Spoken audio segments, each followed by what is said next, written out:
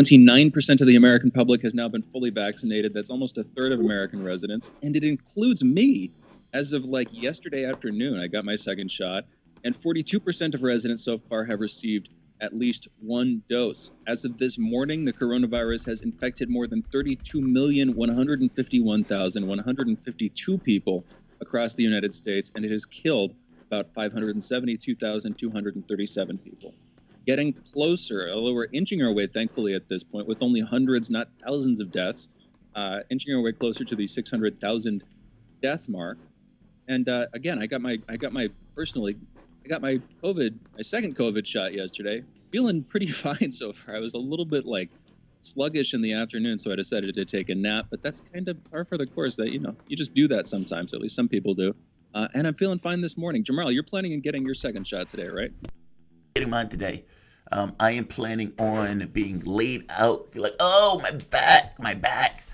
It's funny. Like I said, my mom got hers, and she was like, I was peeing more. And it's like, I don't think that's a side effect. Like, I don't know if that's a thing. But yeah, I get mine today. So I don't know what to entirely expect. The nurses said that the second one is worse. But like you said, it depends on the person. There have been some people who had no effects at all. Zero. So it really does. Personal dependent, apparently. Yeah, for me, like I said, I felt a little bit sleepy in the afternoon.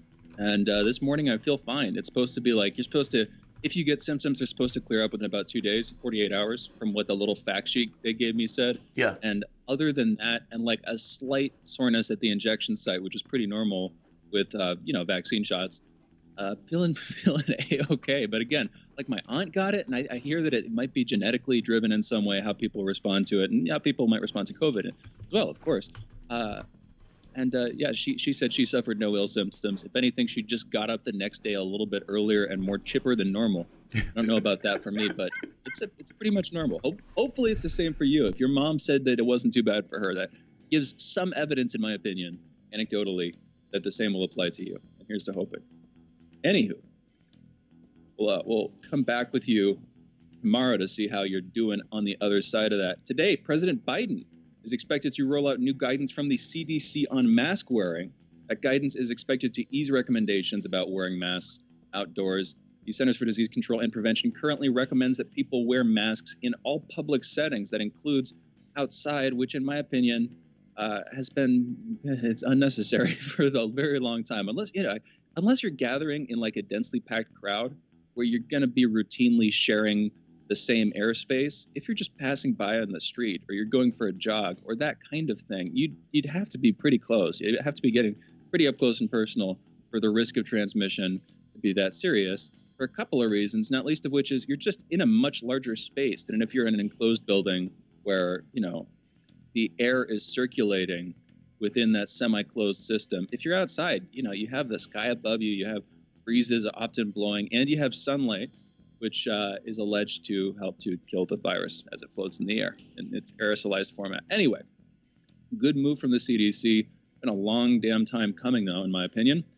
There is increasing evidence that the Indian government is undercounting the number of cases and deaths from COVID-19. New crematoria have been created across the state of Delhi, and some say that the number of bodies they're cremating there are higher than the total number of deaths by a wide enough margin that they estimate the cases may be double what the government is officially reporting. This comes as international aid has begun arriving in the country with a shipment of ventilators and oxygen generators that is apparently desperately needed in India. Although what adds some complication to me, we've been talking about the they say they desperately need oxygen. That seems like you're pretty damn late in the pipeline.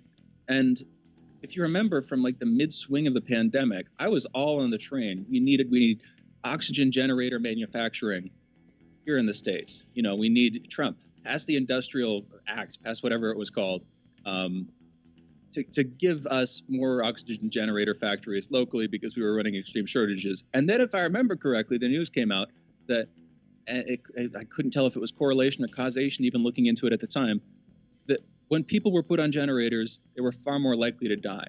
Now, that could be, again, correlation. It could just be the people who got to the stages of sickness that justified the use of a generator when they were put on them, they were already not doing well at all.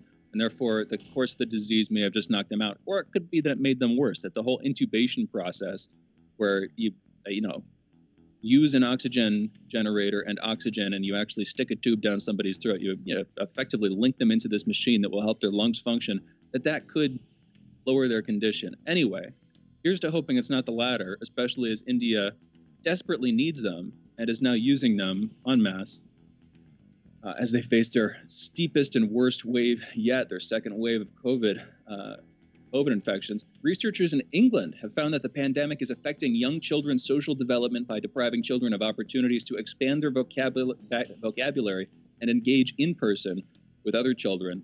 This comes as an analysis of 50,000 pupils from schools across England showed an increased number of 4 and 5-year-olds needing help developing their language skills. Of 58 primary schools across the country, 76% of those schools said more pupils starting school last summer needed more support with communication than in previous years, and 96% of those schools polled said they were worried about their pupils' speech and language development. And I could see this being, kids stuck at home in a lot of cases, only engaging with school by Zoom in a lot of cases, or not engaging, on again, off again, coming to school. And then when they're at home, I would assume often their parents are working, and so they're probably just hanging out playing on tablets or computers or something like that. And, if you're not communicating with other people as much, that's probably going to lower your ability to develop, your ability to speak. Jamarl, any quick take on this? I don't think so entirely. I mean, some of this stuff I just find to be necessary, even if there are consequences. There is one thing I wanted to mention, the story that you mentioned before about people wearing masks outside.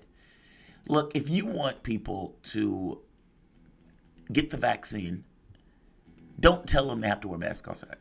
Tell them that it's freedom. And, on some level, I get people being careful and everything else, but at a certain point, it gets a little bit ridiculous. I don't want to have to wear a mask outside. If I'm outside and I have my vaccine, I don't want to have to wear a mask at all. That's kind of the whole point of me getting the vaccine.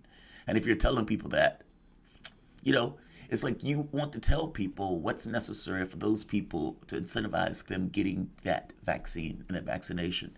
And freedom seems to be a straightforward argument in that. So I agree with you on this. I don't think you should, I think that's ludicrous. And I would, in a weird way, I would go one step further, but also one step back. I think that to go one step further, even if you don't get vaccinated, I don't think it's desperately vital that you wear a mask outside. Even more so if you are vaccinated. But again, if you're imagine going on a hike on your own in the middle of the woods, maybe bring a mask with you at some point in case you stop in at a store or something like that. But who are you going to infect? And how are you going to get infected? And the same would apply to a slightly lesser extent, but to a similar one.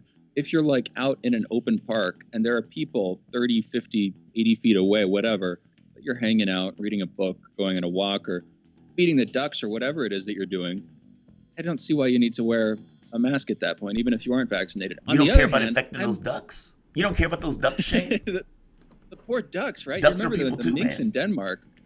Oh, I know. I hear you. But at the same time, I'm probably planning on wearing a mask, even though I'm, in 2 weeks will be fully immune according to the best definition at this point.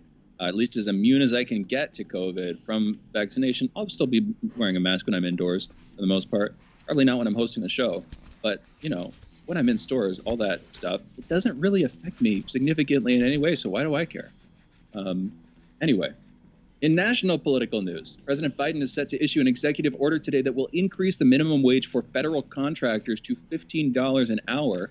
The order would take effect on January 30th, 2022, with the dollar amount adjusted yearly to account for inflation. So it's good for them, eh? I think that, tomorrow, between this and the next brief headline, I'm going to pass it over to you. This comes after the president signed an executive order yesterday to create a government task force to promote labor organizing. Now, just yesterday, we were talking about the PRO Act with John Logan, and I saw you posted a video about this.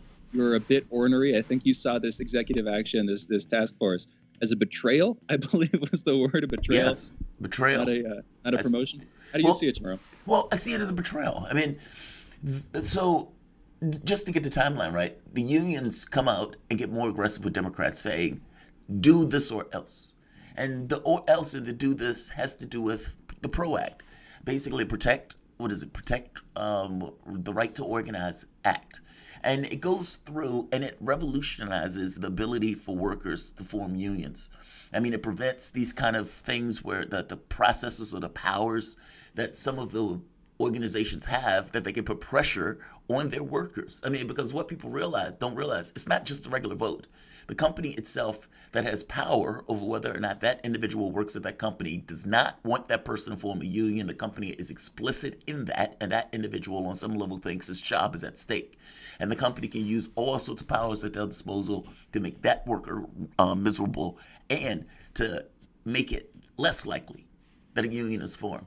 Well, the PRO Act tries to stop that and tries to say, look, we are going to give these guys a fair union vote, period. Now, Biden and the unions are saying, pass this. Now, Biden has the capabilities of doing this if he got rid of the filibuster or if he, got more, but he didn't do that. And just like the $15 an hour where he would say something about it but not actually push it through, same difference. For Biden to do this, if Biden really was going to do something about it, he would have just did it. This is a tacit admission that he is not going to get the PRO Act passed. And what he hopes is that this is enough for the labor unions to leave him alone, to not withdraw their support. It's an acknowledgement that the labor unions have influence. By the same token, it's also an acknowledgement that the other members, the people who are putting dollars in their pocket, who's running the credit card through his butt cheeks, those people are the ones with the real pull, regardless of the optics that Biden is saying. This is an admission of failure. That's what that is, with sprinkles on it. That's what it is. Because otherwise, you don't do this. Otherwise, you pass the PRO Act. Just saying. I don't know. I could see this. Here's the we gotta. I don't know. I don't want to get into a long protracted debate here. Maybe we can come back to it later. But it's like, if he's doing this thing that's pro-union, doesn't that just push that cause a little bit further down the road? I think what you're saying is it's going to act as a surrogate or a replacement for the full thing. But it also seems like it's just advancing the thing. I can make the same argument with the first headline, which is, increasing the minimum wage for federal contractors to $15 an hour. Can't the case now be more effectively made that what that does is what enters into the debate is this idea, okay, so the federal contractors have access to this. Government, effectively outsourced government employees get $15 an hour. Well, what about the rest of the American public? Yeah, it seems like with that and with the second headline, they can both be used in debates and in conversations to justify more action. They don't necessarily seem like a full replacement for it. But we can come back to that. I suppose we've got to close out headlines here. You guys are listening to Fault Lines with Thomas and Stranahan. We will be back in a moment with our soapbox segment, Jamarl's monologue, and a short back and forth. Be right back on the other side of this short break. Fault Lines. In a media landscape filled with so-called journalists acting as stenographers for their billionaire bosses, there is a desperate need for news, analysis, and perspectives that buck the status quo and get to the heart of how domestic and international events impact you and me, as well as showing how we can get involved in the struggle to change that status quo. Check out By Any Means Necessary on Radio Sputnik, Monday through Friday from 2 to 4 p.m. Eastern, to hear the stories and voices that mainstream media refuses to tell you. And join us as we connect the political, social, and economic movements shaping the world around us. That's By Any Means Necessary, Monday through Friday at 2 to 4 p.m. Eastern, right here on Radio Sputnik.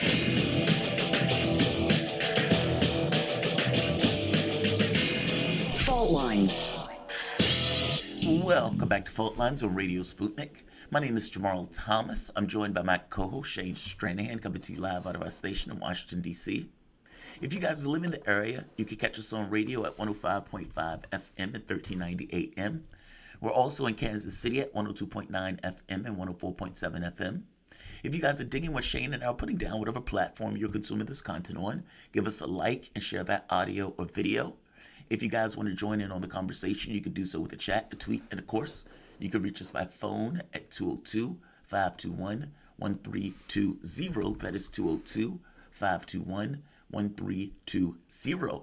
Your engagement helps makes the show what it is, so definitely don't be shy. So with the monologue today, what I'm going to do is I'm going to do an interview that I had with David Beaty. Now, this interview is rather phenomenal, and as Shane mentioned before, it goes with the idea of us bringing in subject matter experts on this very specific issue.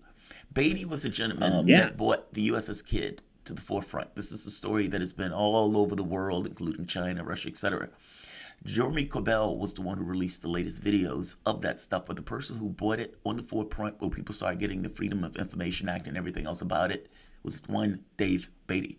So I'm going to bring you Beaty. He's a filmmaker from the Nimitz encounter, and great guy all around. He's a TV producer, documentarian, filmmaker, journalist, historian, and of course, he's the gentleman that put the Nimitz encounter on the map, and he's the gentleman that put the USS Kidd on the map. So without further ado, let's go to the interview with one Dave Beaty.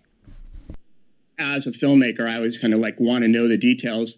And there's a few missing pieces of the puzzle right now. Obviously, there's several different kind of descriptions of what was seen by the ships. So until we can get a handle on exactly what was seen by eyewitnesses, it's a little murky. As you mentioned, there has been some national media attention to this case. Forbes, in popular Mechanics magazine and The Drive, actually, one of their reporters was at a briefing at the Pentagon and actually got a question into the chief of naval operations, I think Admiral Gilday, just recently. And he, acknowledged that this event, he was aware of it, that the Navy still was investigating it to this day. They had not determined the origin of these, what they were calling UAVs or drones. For the most part, I'll kind of set it up. Back in July 2019, the Navy was going to conduct what they called a SWAT. It's like a special warfare, surface warfare advanced tactical training, SWAT. And so the destroyer Squadron 23 consisted of about 7 destroyers, and they were going to go out and work with the USS Roosevelt Carrier Strike Group. And that strike group, it contains like a cruiser and some other ships. They had some literal combat vessels that were going to be there, the USS Omaha, and I believe the Gabriel Giffords was going to be with them. So, there was like a dozen warships that were out there, probably a sub, aircraft, everything else. So the kid who's part of this, Desron 23, heads out around July 5th to go, participate in this training. And the SoCal operations area is about 120,000 square nautical miles of sea. And it extends below the surface for submarine training. And it's they call it the warning area. It goes up to the 30,000 feet above it for aircraft. So all this area is like for training, our primary naval training area in the world. And before these ships deploy to theaters of operations around the world, they always go out there and they practice their skill sets. And this includes, for a destroyer, includes anti-submarine warfare, running, sonar and trying to detect submarines that are out there for them to train with. And so they're doing that. They're practicing anti-air operations by firing surface-to-air missiles at targets. They're shooting guns at drones and other types of targets.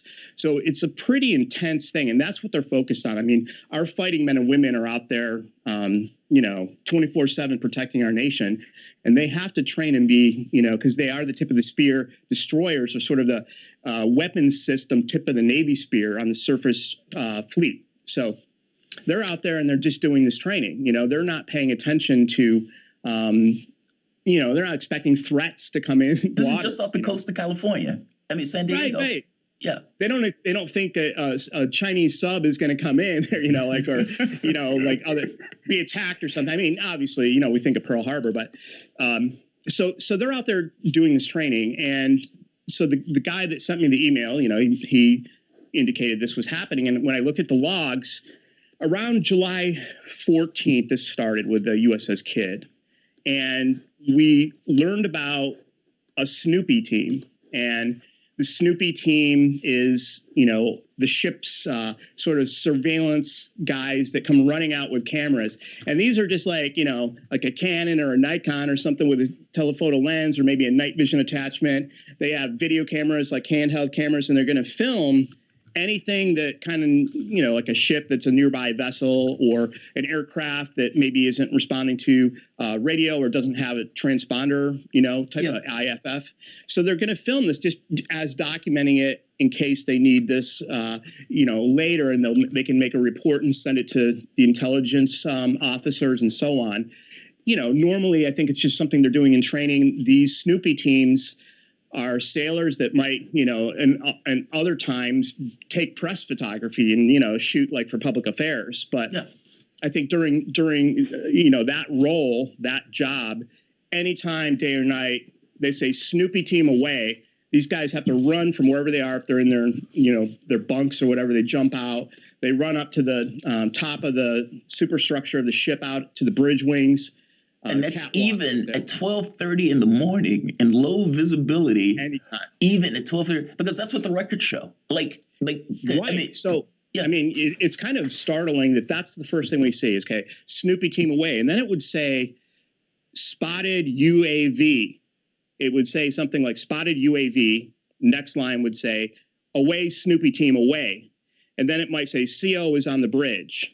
Okay, so that's the captain. They woke him up, because the captain probably isn't going to be like waltzing around on the bridge at 1 a.m. without, unless there's some training going on or something. And for the most part, during these events, there wasn't any training going on. It was just like, boom, out of the blue, they're cruising along, and the Snoopy team, they spot a UAV, it says. So the terms that come up in these logs are spotted red light, spotted drone, or spotted drones, plural, spotted flashing red light. In one startling case, in one of the ship's logs, it says white light hovering above flight deck. Spotted white light hovering above the flight deck, which is, on the front of the back of a destroyer is where the helicopters land. It's like a helicopter landing pad. What's that? And keep in mind, these are military ships. Like, this is not like, fishing boats that are saying, like, these are multiple destroyers that are out on a training mission with all sorts of technology, all sorts of equipment, all sorts of, telemetry. And when those Snoopy teams went out, and this was over the course of several hours, so several days, several weeks. The dude, this went on night after night after night for like the entire month of July almost. I'm serious. So, so the USS Kidd incident, that means that the information that's being put out about the USS Kidd is very limited then. Like, because we know about like 2 nights, but basically, if this has been taking place over the course of several nights or course of several weeks, that is even more astonishing. I mean, were they able, because you have people who are on inside of this, which is why you were able to basically say, hey, this event had taken place and give people a heads up about it. Do they have any any idea, like, where they're coming from? Is there any settling thing of, like, for example, one of the devices, the USS Omaha, there was a picture of a transmedium device, a device that plopped into the water. Now, that means that there are multiple devices out there. There were pyramids. There must have been things that looked like Tic Tacs. There were apparently little balls. And the military personnel is seeing all of this stuff, where they clearly look freaked out looking at the records. So the question is, why didn't they either attack? Were they too freaked out to attack? Was it like, okay, we don't know what we're dealing with and we don't want to get destroyed by attacking? Or is it just, we have no idea what this is? We don't feel like we're under threat. By the same token, we're freaked out. We don't know what this is. Mm-hmm. Like, how did they articulate to you what was transpiring in their heads as this stuff was taking place? And for that matter, even on the ships themselves, I mean, you could see the telemetry going back and forth saying, hey, UAV, Snoopy team, this is taking place, red light, white light, etc. Like all of these things that are taking place. And Corell made the point about the pyramids, about the slide that was showing. So that means all of this stuff was taking place within the context of multiple U.S. ships. So it wasn't just one guy sitting somewhere and they're like a swamp gas. No, there were multiple ships of military trained personnel with all sorts of telemetry data, pictures, images, the works. If you're looking for a case that says this is real, this is it. How could it not be, right? Because if it's the Chinese or the Russians, what does that mean? Well, I mean, here's the thing. If you think of, like you were mentioning, these are warships. These are not like Carnival Cruise Lines, although there was one out there at the time that was seeing the drones as well. But these ships have weapon systems that can detect and destroy ships and aircraft and submarines like from hundreds and hundreds of miles away. I mean, the Aegis combat system in the Spy-1 Bravo radar is one of the most powerful radars on the planet. And every one of these ships had that system on it for the most part. And you know that these radars can detect any object, any big objects to small objects. I mean, they're designed to actually track like a anti-ship missile that's coming in towards them. And then the weapon systems, they have missiles that fire from vertical launch tubes that can go out and strike aircraft. Like they have chain gun machine guns. They have the Sea-Whiz Phalanx cannon. They have 25 anti-drone technology. They have electronic jamming technology. The sensor suites are. I mean, check this out, dude. This is something that Tyler Rogoway did an article about. This is called the Mark 20 electro-optical surveillance system, something like that. It looks like a Wall-E or something. But that device right there, the way it works is, say if they have an object on radar with a Spy-1.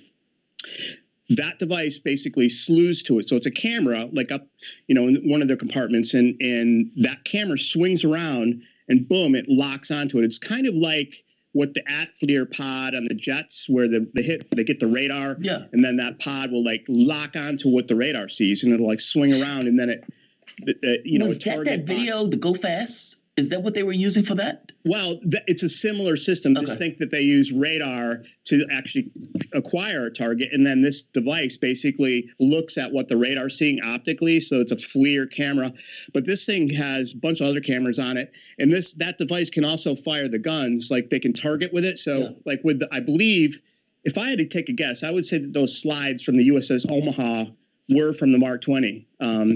Because it looks like a FLIR. It has a targeting reticle in the center of it when you see that.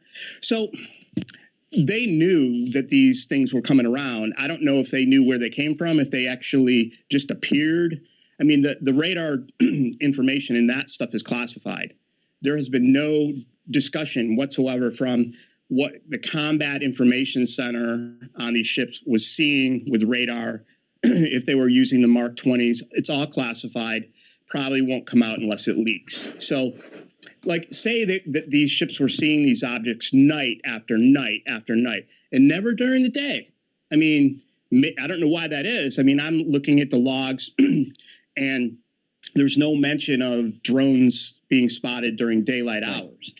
It only happened at night, but again, it happened over and over and over. People say, why didn't the Navy take them out? It's because there's something invading our military airspace. That's the catch, or that's the context. Was it fear? Was it, is it fear? Is it's not a threat? Is it what's their thinking? What's the framing of the logic that's taking place as they're watching these things? I think that it would, if I had to take a guess, I would say that it's rules of engagement. It's in a non-combat theater. This is a training range off the coast of the U.S. So the question is, if this is our territorial waters and you're on a warship and something comes up towards the warship, now they may change their threat posture, meaning they may turn the gun on and look at the targeting pod. But in many, many cases, and numerous sailors have told me this, those guns aren't even loaded. They may have ammunition in the storage area somewhere in the armory of the ship, but unless the commanding officer... So they couldn't do it if they needed to. No, I don't think... I mean, just like with Commander Fravor and the Nimitz encounters, the planes didn't have any bullets. They didn't have any missiles. They couldn't have shot anything if they wanted to. And I think that that's the same case with a Navy warship. And I also think that they wouldn't engage something unless it was an overt threat. It was doing something like... if it started shooting at the ship or I'm not sure what would kind of trigger a response from a destroyer, but obviously you could if you did something that was, concerning to them that they need. So my thought is that so these drones come towards the ships and maybe they're like hovering around, and these sailors are like looking at these red lights or flashing red lights, so to speak. The descriptions never give a pyramid shape or a tic-tac shape, at least in the logs. So there's a few witnesses out there. Obviously, the first guy that emailed me, he said that the sailors were seeing large tic-tac objects directly from the bridge. That's what his quote was. So then the next person that came forward was a guy on Reddit that claimed that his brother-in-law was aboard the USS Paul Hamilton, and that he saw these objects that while he was there. He wasn't in the Navy, but he was on the ship for, a government reason that he was there. Like as an employee of the government, he was doing something there.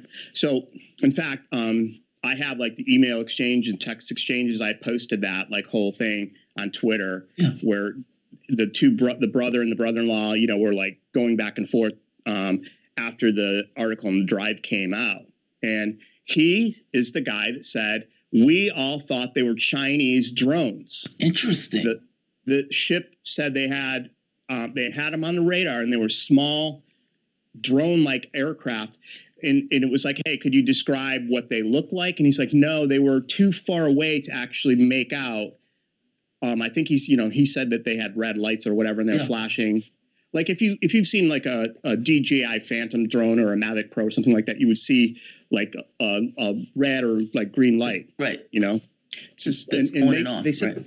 If it was at night, they couldn't really see him. So that's what his contention. And I asked the same guy. I wasn't able to vet him and talk to the sailor or the guy on the ship in person, unfortunately. Right. He's just like afraid for his job. He said talking about it could jeopardize his job. So I wasn't able to, but I did, I can go to the brother-in-law and then say, hey, can you ask him? And so we said, hey, do you guys remember anyone describing what they were seeing as like triangular or pyramid shape? Yeah.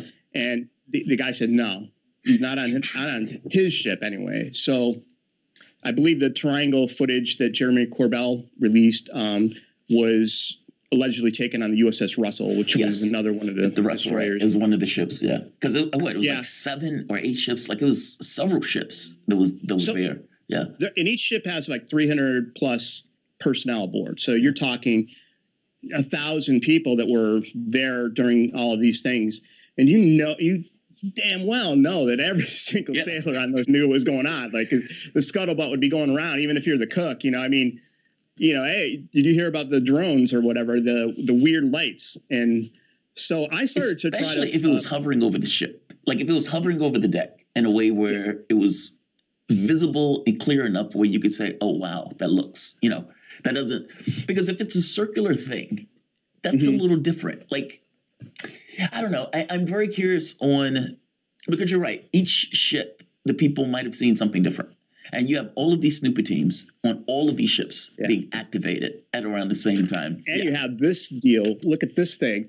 I mean, if you aim that at a drone, you would see exactly what I mean. That zooms right in. Right. It's got a FLIR, night vision, or whatever. You could definitely see exactly what it is. That's the thing, though. If it was a drone, wouldn't they have known it? Like after all of those hours of research, after all of those hours of looking at it, after all of the video, after all of the FLIR footage, after that device, like all of those guys with all of their technical expertise were looking at that stuff for hours on end, and they seem to be royally freaked out. If it was a drone. I mean, here's the thing that kind of gets me. It's like, why is the video that's released is like this handheld night vision goggle thing with like somebody with an iPhone, like kind of doing that deal. That's what gets released. But where's that footage? Where's the Snoopy teams? We have FOIAs out for it. So I keep thinking that stuff is in the black. I keep thinking that we are allowed, for example, we're allowed to see this fuzzy image. You can see that because that's not clear.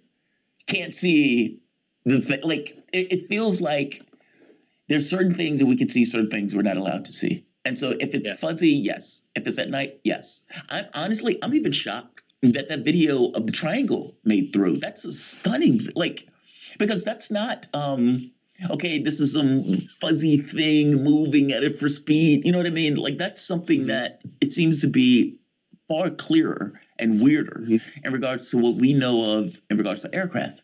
And so it's like, to see either a ball, to see these guys talking about it, it seems like they would allow the story to leak. Meaning we could talk about it all day. You can't see the video. You can't see the imagery. That stuff seems to be off the table. Is it just because it makes it real? I tried to talk to, I have like the names and emails and, phone numbers of all these sailors, because that stuff is just right out there on Facebook. And I started contacting him, man. I'm just like, okay, I'm going to contact every single sailor of there's got to be somebody that's going to be like, hey, I'll talk to you, buddy. So, right. But what I started finding, man, is, first of all, 90% don't even ever click on my message or accept it. Right. And if they did, one woman, she replied to me, "What's this about?" Right. So I wrote July 2019. And she deleted my message and never read the next thing. So that's been happening over and over. A couple of people on LinkedIn, in mail, man, they answered me like, "Hey, I was there, blah blah blah." And then I would write, "Well, I'm looking at July 2019, gone, no more." No comment.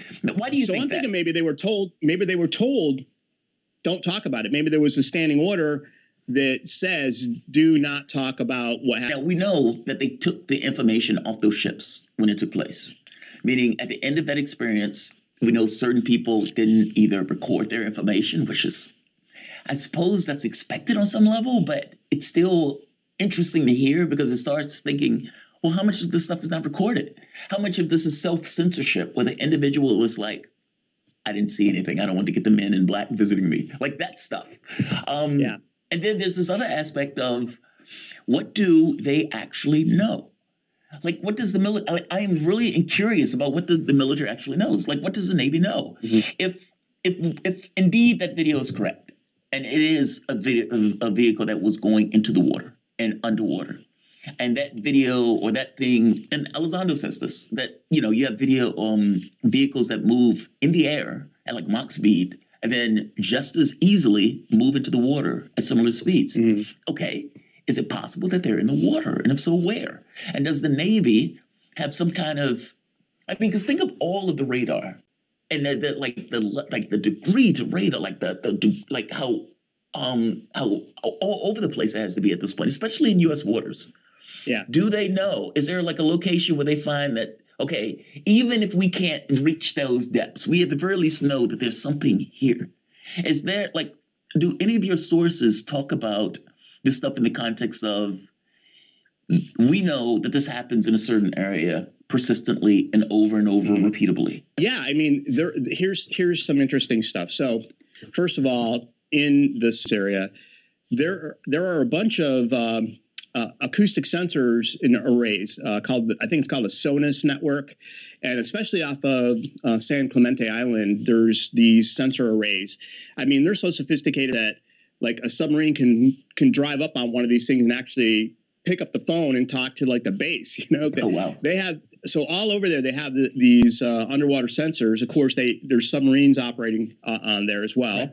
And recently a kind of a retired Navy guy that still works for the Navy contacted us and began talking about his involvement in participating in a research thing with the Navy with MIT, where they were in the same area doing acoustic sonar testing, deep water.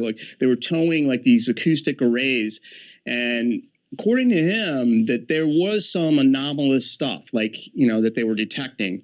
He couldn't talk about it, or he wasn't kind of in the loop to know what the results of it or even why they were doing it. But it's pretty intriguing that there may be some kind of underwater type activity as well.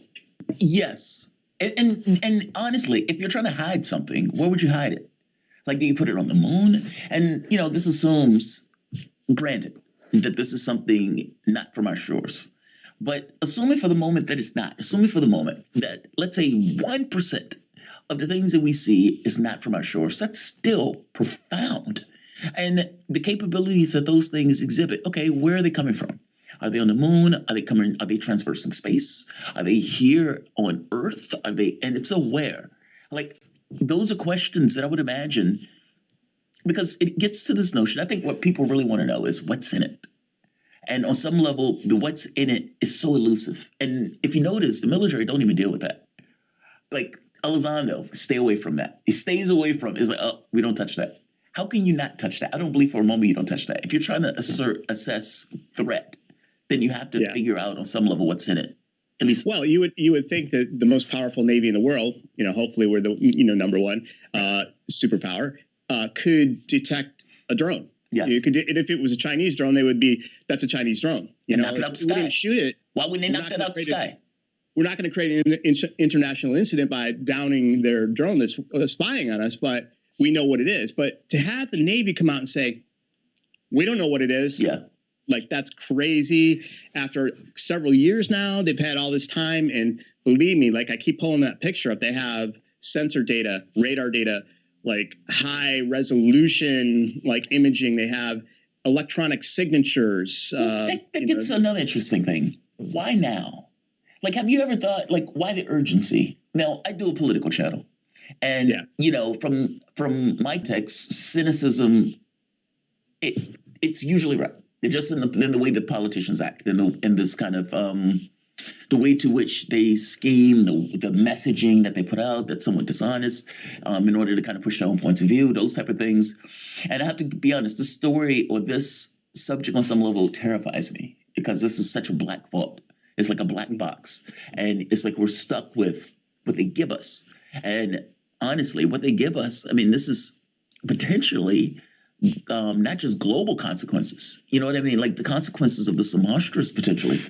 And so I really am curious on urgency of now. It just seems like there was why do you think, like, for example, this video, the Department of Defense doesn't typically come out and say, yes, that's real. Why on earth is the Department of Defense, releasing that? Somebody had to release that. And not just release that, the Department of the Pentagon apparently, those other videos that were released, for example, well, the Pentagon comes and says, yes, those are ours. And here's another release. Well, I mean, here's shaping language to, push an agenda. UFO Joe on Twitter last night made a very, appropriate comment, I think, about the statements that were coming out of the Office of Undersecretary of Defense. Right. And Susan Goff, basically, that's who you're talking about. She's been making the statements about that the videos are from the Navy. That's all they have to say. They're authenticating them. But then, Joe wrote, hey, this is the same Susan Goff that said that Luis Elizondo had no role whatsoever in ATIP. That's what I mean. How weird is that? Like, why is she doing that? Well, basically he's pointing out that her statements have been shown to be either totally incorrect. So then I said, okay, well, then the video isn't from the Navy, right? I mean, that's the logical conclusion you're saying, is that whatever these statements are, maybe next week it's going to change or something. I don't know. But again, I'm a little weary of reading too much into that specific spokesperson's statements. And I think that Luis Elizondo even has said that they waffle on their position. Very interesting. Very interesting. I mean, because I am so curious as to why now. It just seems like there's such a dramatic urgency that wasn't there prior. Let me pose this question to you. Go for it. Why do you think that these weird objects or whatever only seem to appear around military operations, Navy operations, instead of like flying around my house in my neighborhood, which I have a camera and I could film them if they do come. In fact, the guy last night said he was going to he could send some UFOs to my house, but I said, I guess the air show was canceled because they didn't show up. I'm here. And why is it just the Navy that seems to, in fact, think about it. Like, the Air Force hasn't been speaking up recently, but why are these things flying around the Navy? What do you think is the interest there of these objects? Well, my thought is two ways. I thought it has to do with military, meaning like nuclear weapons, maybe nuclear subs, maybe there's, again, a base underwater. I mean, that's crossed my mind. I don't know. I mean, I think, honestly, for me, my assumption was that it's dealing with military technology, this kind of observation of that technology. And then it's like, okay, well, is that more likely to be something terrestrial, or is that something more likely to be something external? It's kind of hard to know. I mean, for example, the triangular craft. Well, there were reports about a triangular craft in our own inventory, like where they said the U.S. military was experimenting with a triangular craft, et cetera. Okay, is that the craft that what is it, the TRB, whatever the thing is called? Like the Astra or whatever Yeah. I mean, that features prominently in Tom DeLonge's Secret Machines books as well. Interesting. You know, fiction. Yeah, I haven't read his book. He always says, there's some things in my book that are true. You just have to figure out which parts are true and what's fiction, But they're flying triangular craft that are like allegedly anti-gravity, Right. space transmedium stuff. So, well, see, that's the thing. That doesn't shock me in the least. If our, say for the example, we had like the nuclear project, the nuclear bomb, and we have Oppenheimer. These guys are working kind of in their own little black special operations project. Well, what if they did something similar to, and they figured out gravity? Let's say they figured out the electromagnetic way of doing gravity, and what would that look like from the standpoint of a pilot that's engaging that? The pilot would have no idea. The pilot would think that is a clear UFO. Like it would say the radar is hitting it weird. It's moving in a strange way. It looks like it just disappeared. And all of those things hit up an American bumper sticker on the side of it, and they just can't see it. Like, so I don't, I take that it could be us, even if it's us in this kind of, mild, minimalistic way in regards to technology, we would still think it's exotic. And that doesn't necessarily mean that all of it is us. I don't believe for a moment that all of it is us. And some of the stuff that like Elizondo was talking about, where he was like, yeah, we have recovered craft, or we have recovered tech. So I don't take it as all of us, but it does give me pause that, because media looks at this stuff uncritically. I don't know if you've noticed that. Like when media runs the story, they just run the story. It's like, oh, the Pentagon says this is a real video. And there's no real interrogation as to why are they talking about it now? Why are they owning up to this being a real video? Is it a real video? Is this potentially some high-tech technology that the U.S. has in its inventory? Is it possible that these things are drones from another country we don't want to own up to? Off the table. None of that stuff is on the table. Just like, how is that stuff off the table? Well, I can assure you that some of the biggest guns in media are looking at this topic very seriously. Yeah. I expect you'll see that very soon.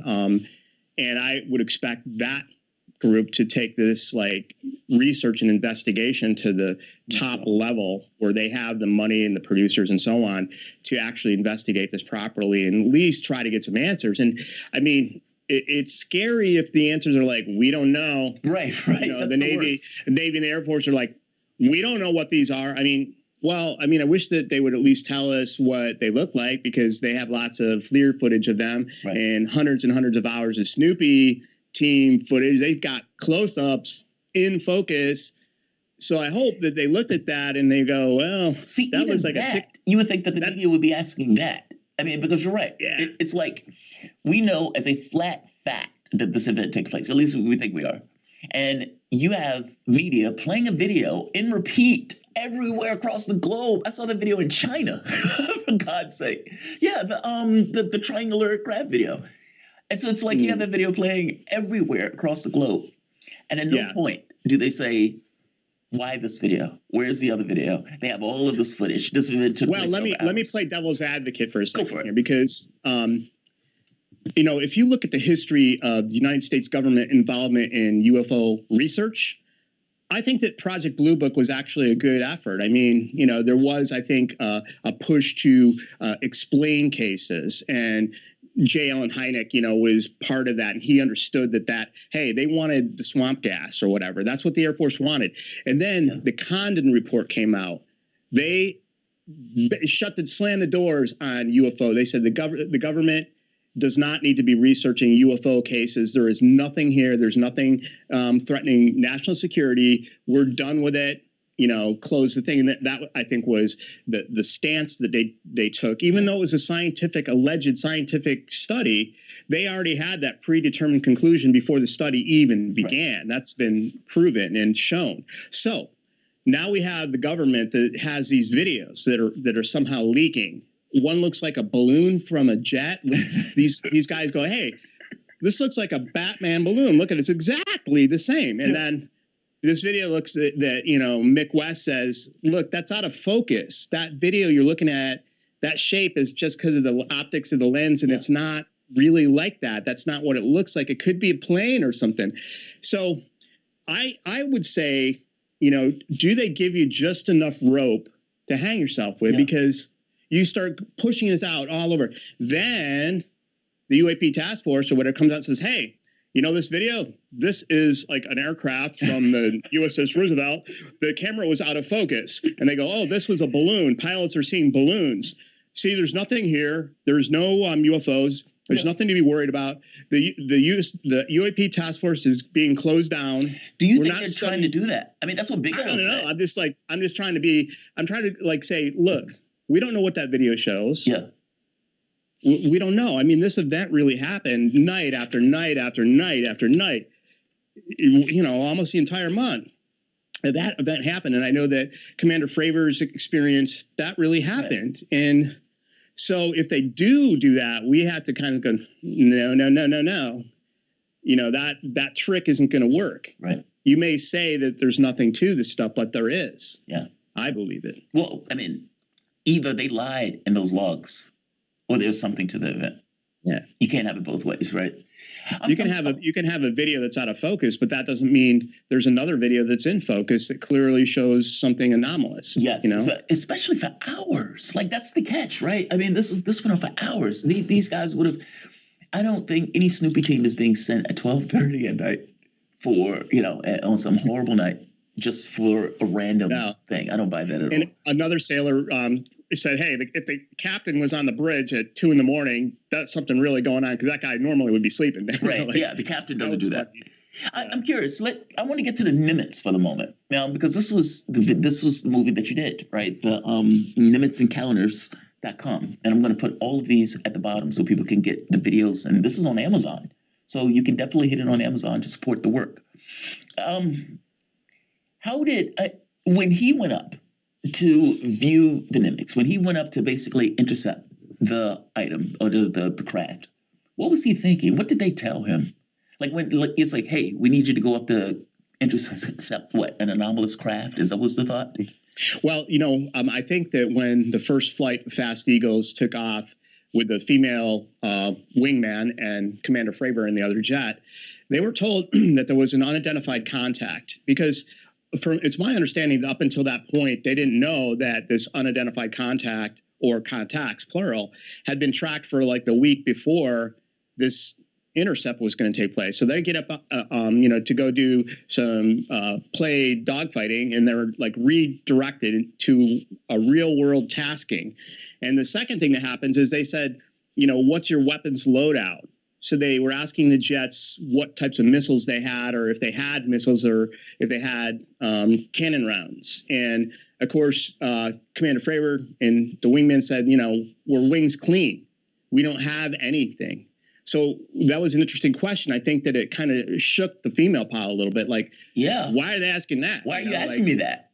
If this is a terrorist or something, are they sending us out to fight a terrorist plane that's going to try to suicide crash into the carrier or something? What are we supposed to do? Like, run into it, with our jet? But so they were, Commander Fravor said that he was cool as a cucumber, basically. But if you read the reports from the female pilot, she was very disturbed about what was taking place. And I can imagine that they were like, and then they see this like white churning sea down 20,000 feet below. Right. And they think, well, whatever we were chasing just crashed into the ocean. That's the first thought, that, well, if this was a plane and now there's a thing in the water that looks like, it's got to be now a search and rescue operation. Yeah. So that's the thoughts going through their mind. I don't think there was anything about a UFO or a Tic Tac or anything until that very moment when Commander Fravor suddenly spots a white object. Pops out the water. Because Bigelow had somebody apparently that was on the Nimitz and said, the way he explained it, they gave me a briefing that I probably shouldn't have gotten. But basically, the thing came out the water. This is what I mean when I say, like, it seems, especially if they had chased it previously, because it gets across that there is a pattern, at the very least, a pattern in regards to a specific period of time where they're seeing this thing over and over and over again. Is it, by the way, did they know whether it was the same craft that they saw previously during the week? Well, they didn't, because it was an erratic radar track. Senior Chief Petty Officer Kevin Day is the guy that on the USS Princeton that was 1 minute. He conducted the air intercept from the USS Princeton. He was like in charge of anti-air warfare. He was like the coordinator of that. And so he had been watching this for the week, and it was behaving very strangely, he said. And here's one of the things that he's repeated over and over and over, that whenever the aircraft got near these objects, they would descend from like 20,000 feet to sea level or near sea level. Just drop at a whim. And so the jets coming, like, here's the target. That's what they call the BRA, the bearing range altitude. So they're getting these radar calls, the BRA, which would be, targets at, 170, 20,000 feet, X number of miles, 20 miles, and they get closer and closer and closer. But it's possible that what happened in that case is that object did descend. Yeah. And so then when they get there, there's no radar target, but it could be the object dropped out. The voice that you guys were listening to is Dave Beaty, TV producer, documentary and filmmaker, journalist, UFO researcher. Beaty is the first person to produce the USS Kidd. All sorts of Freedom of Information Act and everything else has been talked about that particular story. That story has hit all over the world. He is also the person who made the groundbreaking Nimitz encounter on Amazon.com. You guys are listening to Fault Lines with Thomas and Stranahan. We will be back in a moment.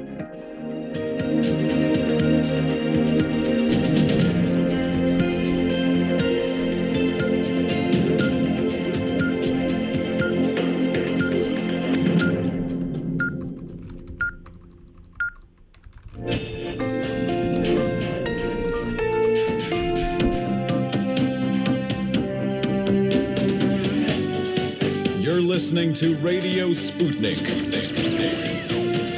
telling the untold.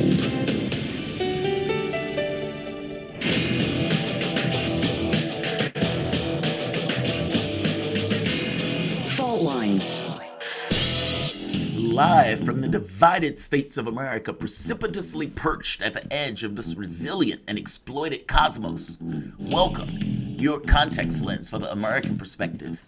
In the left corner, I am your ever vigilant, your indefatigable political analyst, Jamarl Thomas. And in the independent corner, I am your political analyst, Shane Stranahan. That would mean you are listening to Fault Lines with Thomas and Stranahan. Excellent. I want to get to the headlines, but before I get to the headlines, Shane, what did you think? He's very affable. Dave Beaty knows his stuff. He sent me all of the preliminary research behind the scenes, like the Freedom of Information Acts, the documentation. He knows his background. He knows his data. He knows his information. The guy is a phenomenal guest. But what did you think of the story? What did you think of him? All of it. It's very interesting. Yeah, like I was telling you, this is an ongoing thing between the pyramidical, the triangular craft video that came out and kind of blew up all around the world, like you were talking about last week. Between that, future disclosures, stuff that's come out in the last years, this topic is heating up. And so what I was saying on the back end was, this seems like a very good go-to guy. Like you said, affable, fun to talk to, friendly. He's very knowledgeable. He knows both the facts and can give the background. So just a good guy to go to.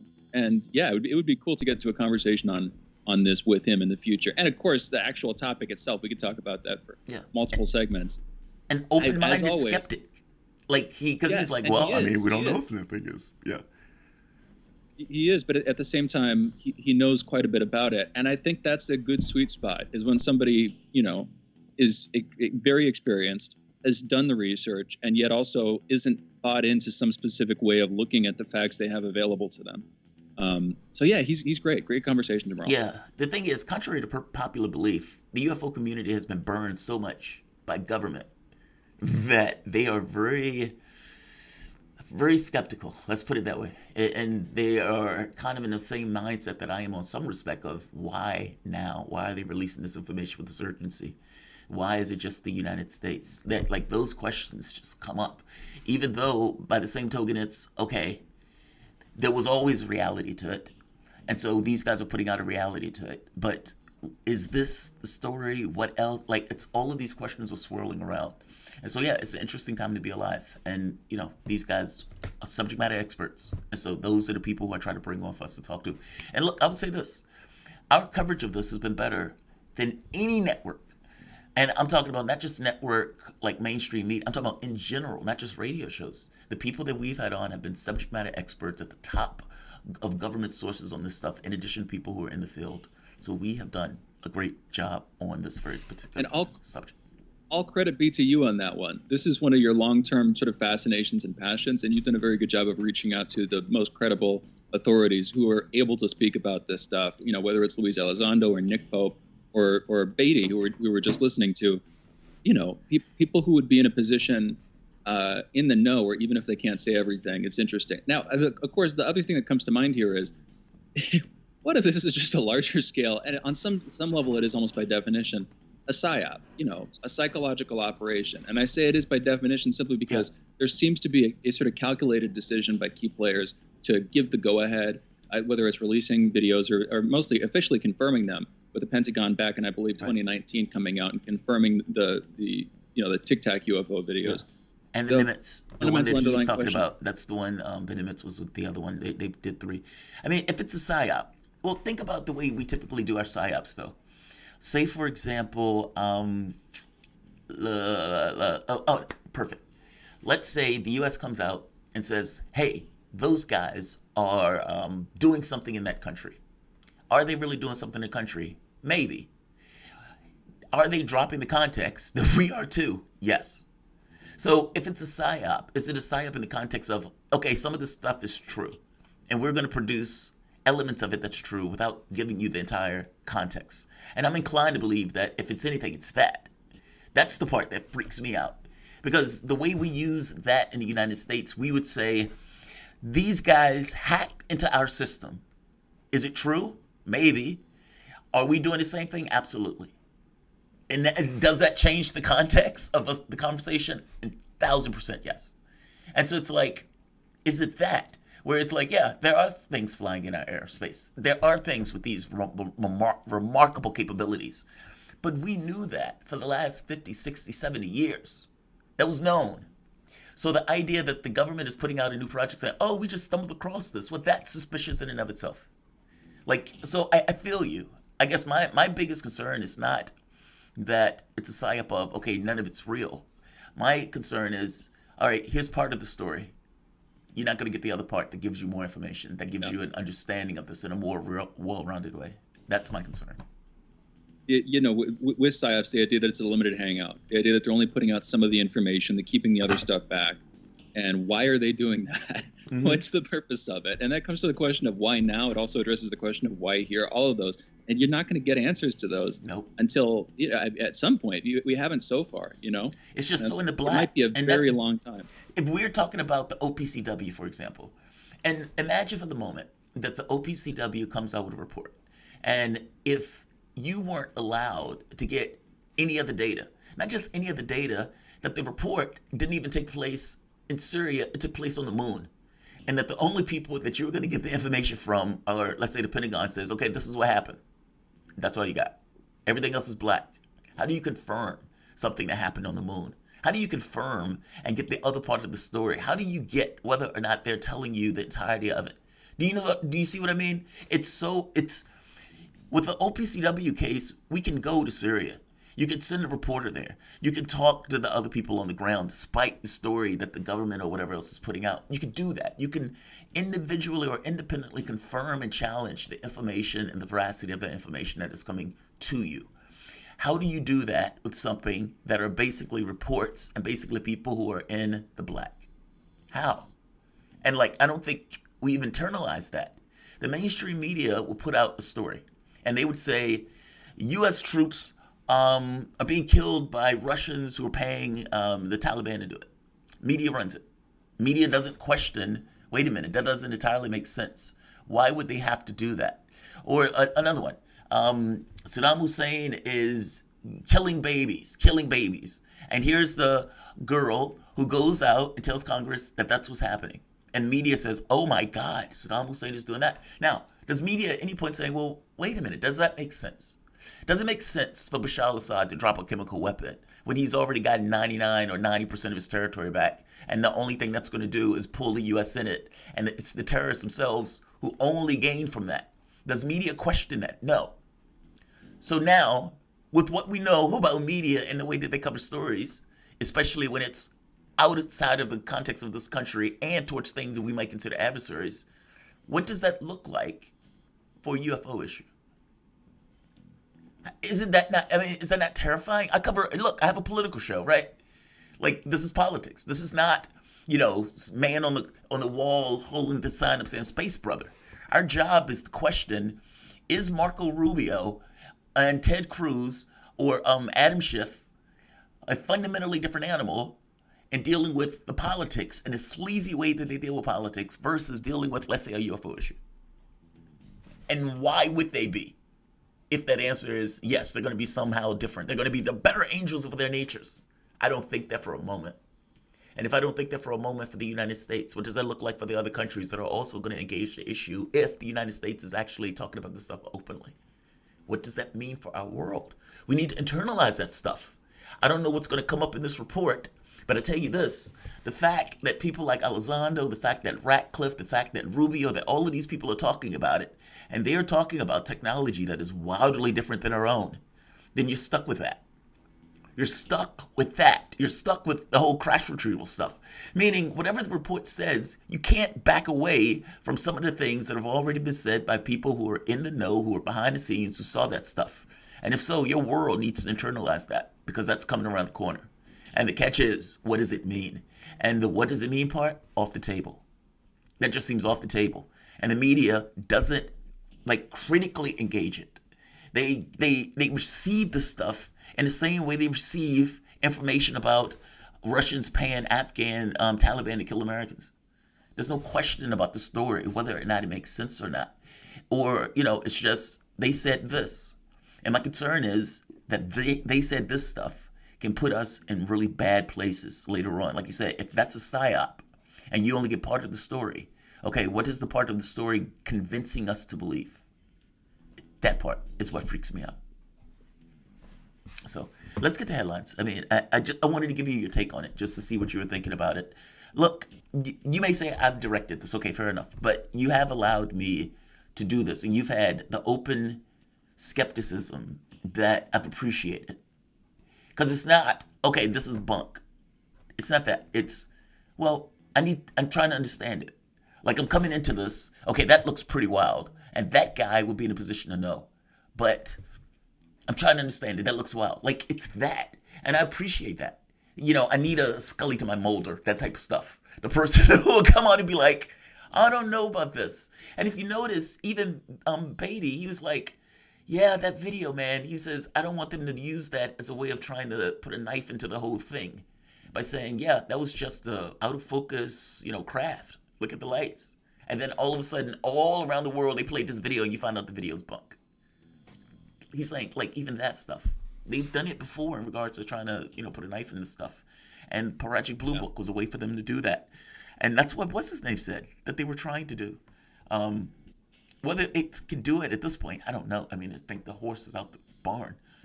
But there are a lot of questions with this subject, that's all. And it's not, the biggest issue is not, oh, wow, there's a cool craft. That's not the biggest issue. The biggest issue is what does it mean?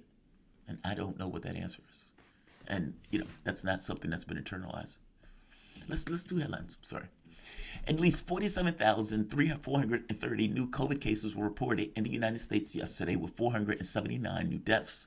Over the past week, there's been an average of 55,058 cases per day, a decrease of 20% from the average 2 weeks earlier.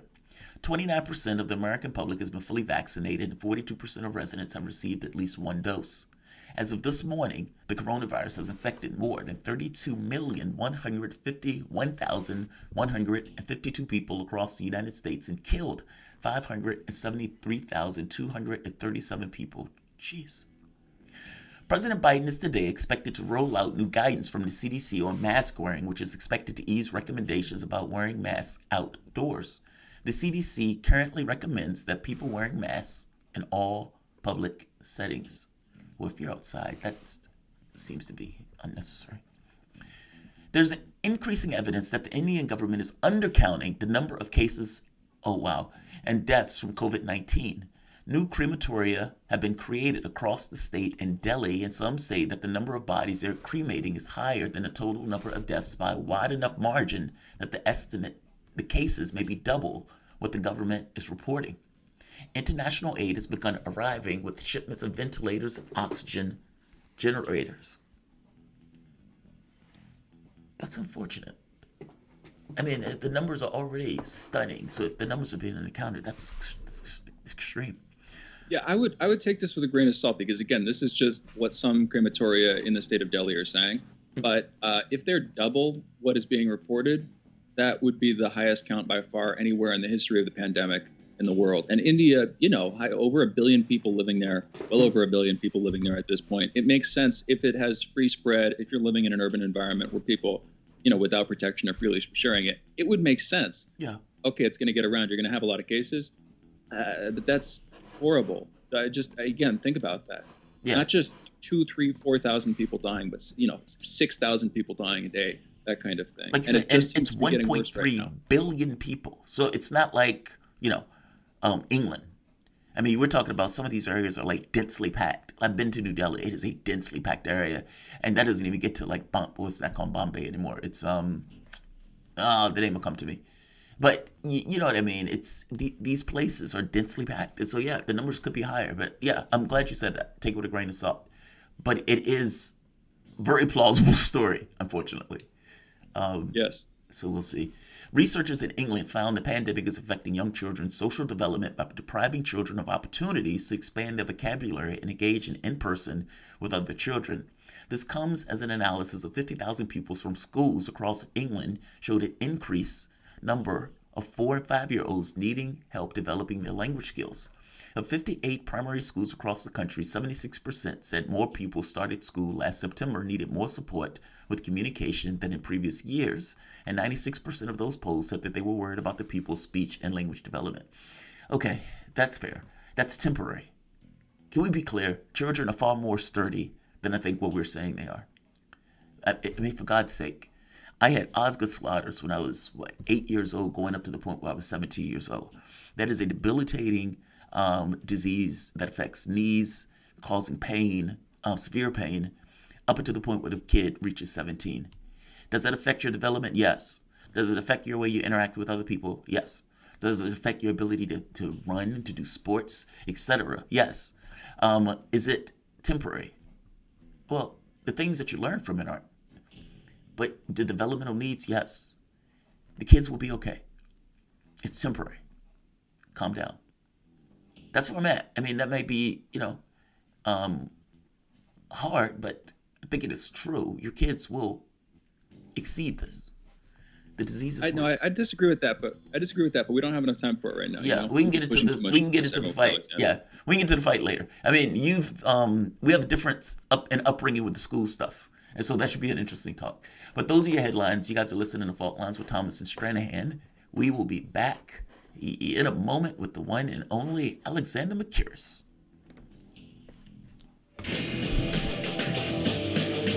Fault Lines. Want to talk? Get in touch with us at radio@sputniknews.com.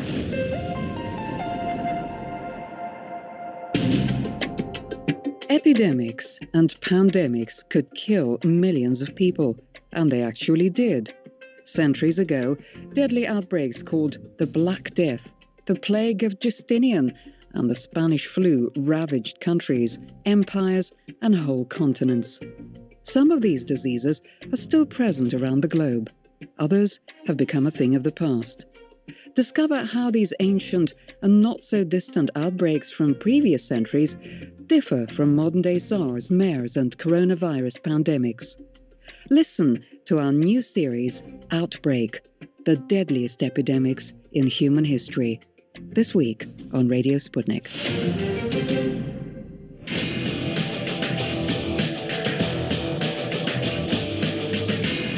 Fault lines.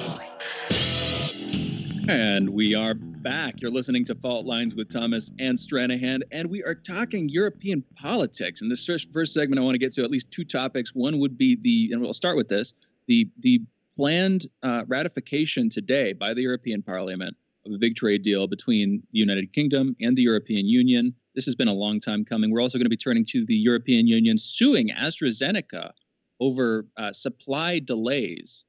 AstraZeneca saying they will defend themselves vigorously, and of course, this comes under the shadow of the blood clotting condition that AstraZeneca, along with Johnson & Johnson, are supposed to cause at some low level, but because it's an obscure blood condition, it is seen by some authorities as a serious issue. Specifically, we're talking about cerebral venous sinus thrombosis. But let's start with the trade deal. We're joined by Alexander Mercouris for this conversation. He's editor-in-chief at theduran.com. Alexander, thank you so much for joining us this morning, or afternoon your time, I should say. How are you doing?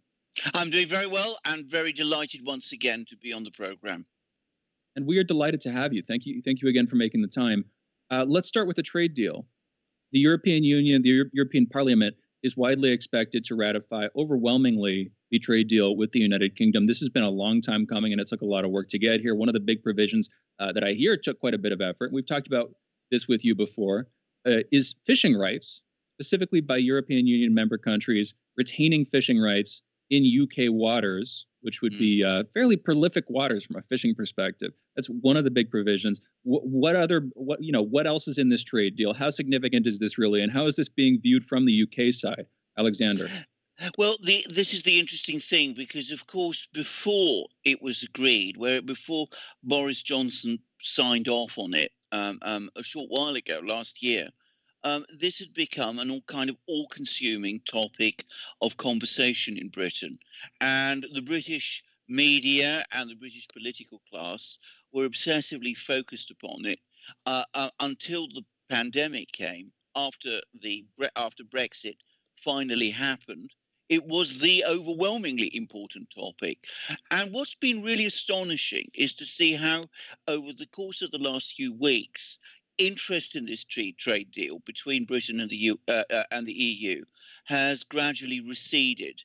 And I think the reason for that is that even as the European Parliament moves towards ratifying it, it's becoming increasingly clear that in its many important respects, the trade deal is already unraveling, in the sense that you have in Britain a Brexit-oriented government is no longer looking towards preserving economic links with Europe. On the contrary, it's looking to change them and, if anything, to sever them. And it's advancing ever faster and ever further towards trying to integrate Britain's economy, not with Europe, but increasingly, primarily, I'd say, with the United States. That's the trade deal, which is its primary focus. The major point about this trade deal, and the one which, for the British, I suspect, is the major bone of contention, is that it creates a free trade area between the European Union and the United Kingdom for trade in goods. Now, important to stress, a free trade area is not the same as a single market. European goods like German cars, for example, that are imported into Britain still have to pass through customs checks and that kind of thing. But they can still come to Britain without having to pay heavy tariffs. But whilst it does that with goods, it doesn't do that with services. Now, Britain's biggest exports, apart from things like oil, are now services. And from the British point of view, this is therefore an unbalanced deal, which Boris Johnson basically signed off on in order to get that part of the issue relating to Brexit done so that he could move on to forge more extensive trade deals with other countries. He's already managed one with Japan. He's now looking to the big one, which is with the United States. And quietly, gradually, this trade deal with Europe is starting to wither. Alexander, thank you for joining us. The trade deal with the United States, I want to go there for a moment. I think because you're absolutely right. However, any trade deal with the United States, especially with the companies that are pushing for us, I know under the Trump administration, but I strongly suspect even under Biden, are going to want to get their hands on the NHS. Now, the question is, are there going to be protections that are, I would say, strong enough to withstand the companies in the U.S. trying to get their hands on the NHS? And is that something that basically Boris Johnson is going to allow? And is that something he could allow? Meaning from the standpoint of political pressure that is going to be applied against him if he does something like that. I'm very curious on whether or not the NHS is going to be protected in this process of these new trade deals. You're absolutely right. And can I say, in my opinion, the Remainers, or the people who opposed Britain quitting the EU, and also those people who were campaigning for a softer Brexit, one with a much more extensive trade deal with the EU, completely missed their single strongest card, which is the very real concerns many British people have about the future of the NHS. Now, I think the answer to your question is a very straightforward one. Already there are signs that American health companies, are becoming increasingly involved in the NHS. I know one American company which has obtained ownership of a large cluster of general practitioner practices. Those are the doctors which under the NHS system are your first port of call. That's the first contact most people have with the NHS when they want to consult a doctor. They go to local practices of doctors, clusters of doctors who work together in what in Britain are called general practitioner surgeries. Now, this American company has bought those practices, even though they still function within the NHS. In other words, they are paid by the British government, not by the people who come to get help there. But, of course, it is buying these practices in anticipation that sooner or later, as a result of a trade deal, it will be able to privatize them entirely. Because to be very clear, health companies are, of course, profit-oriented institutions. So that is going to happen. Now, I think Boris Johnson himself, whilst he remains prime minister, will resist to the best extent that he can a complete breakup of the NHS and its Americanization. He's made very strong promises to that effect. I think he understands that the Conservatives would suffer very severe electoral damage if they seem to take back that promise. However, within the Conservative Party, there are some very hardline people who are much more, shall we say, free market oriented, who are also much more pro-US oriented, who've always disliked the NHS and who may see in this an opportunity.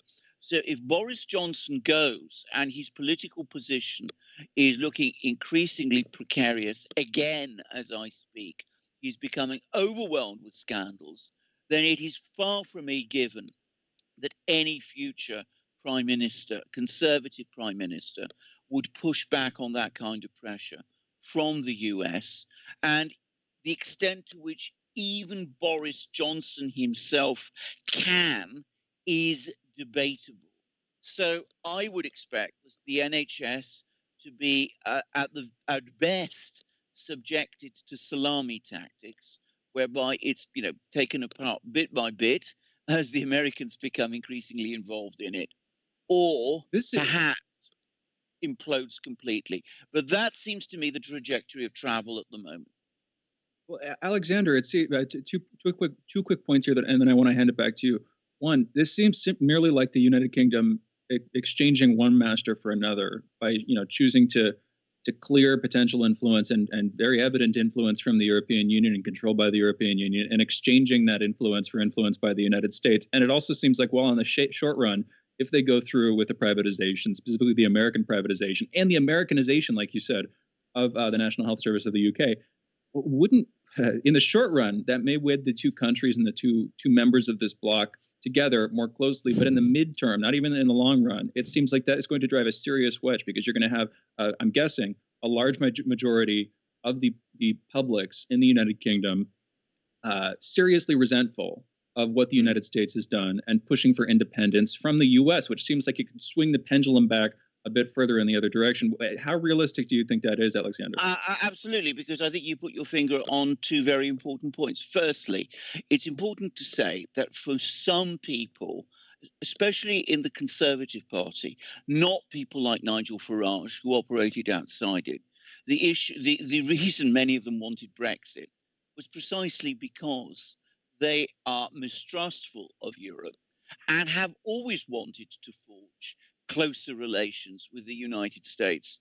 At one time, they were quite open about this, by the way, and I can remember there was even a period when they used to go around with pins on their lapel badges, which had the American and British flags intertwined. So there's always been that element within the Conservative Party that thinks in that way. And that's been part of the pro-Brexit agenda they have followed. But you are perfectly correct. Though Britain and the United States, America, share many things in common, including a common language, there are still significant, in fact, very significant cultural differences. Britain is a much more social democratic country and society than the United States is, even if you allow for the fact that over the last 30 years, Britain has shifted right and America has to some extent, in rather uncertain ways, and to what extent it's even true, shifted a little to the left. There is still huge differences. And it's important to say that I think a lot of people who talk about the Anglosphere minimize those differences and don't appreciate the extent to which they exist.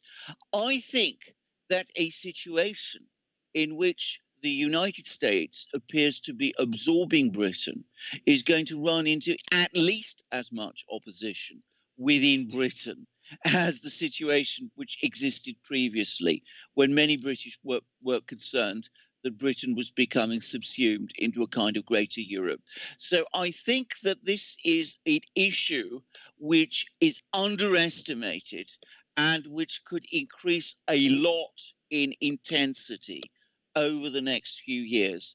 And of course, if the first step in that direction is the breakup of the National Health Service, or at least its extensive dilution into something which basically only deals with emergency healthcare, for example, then I think Alexander, great take on that. We're limited on time, and I want to get, we're going to go slightly over time in this segment. I want to get to the story of the European Union suing AstraZeneca, the vaccine manufacturing company, saying that they're guilty of supply delays, and specifically saying that they prioritized their contract with the United Kingdom. This also, again, comes under the shadow of this blood clotting condition, cerebral venous sinus thrombosis, that AstraZeneca and Johnson & Johnson are assumed to cause in some very rare cases, extremely low numbers. But still, the concern is we don't know exactly what these are doing.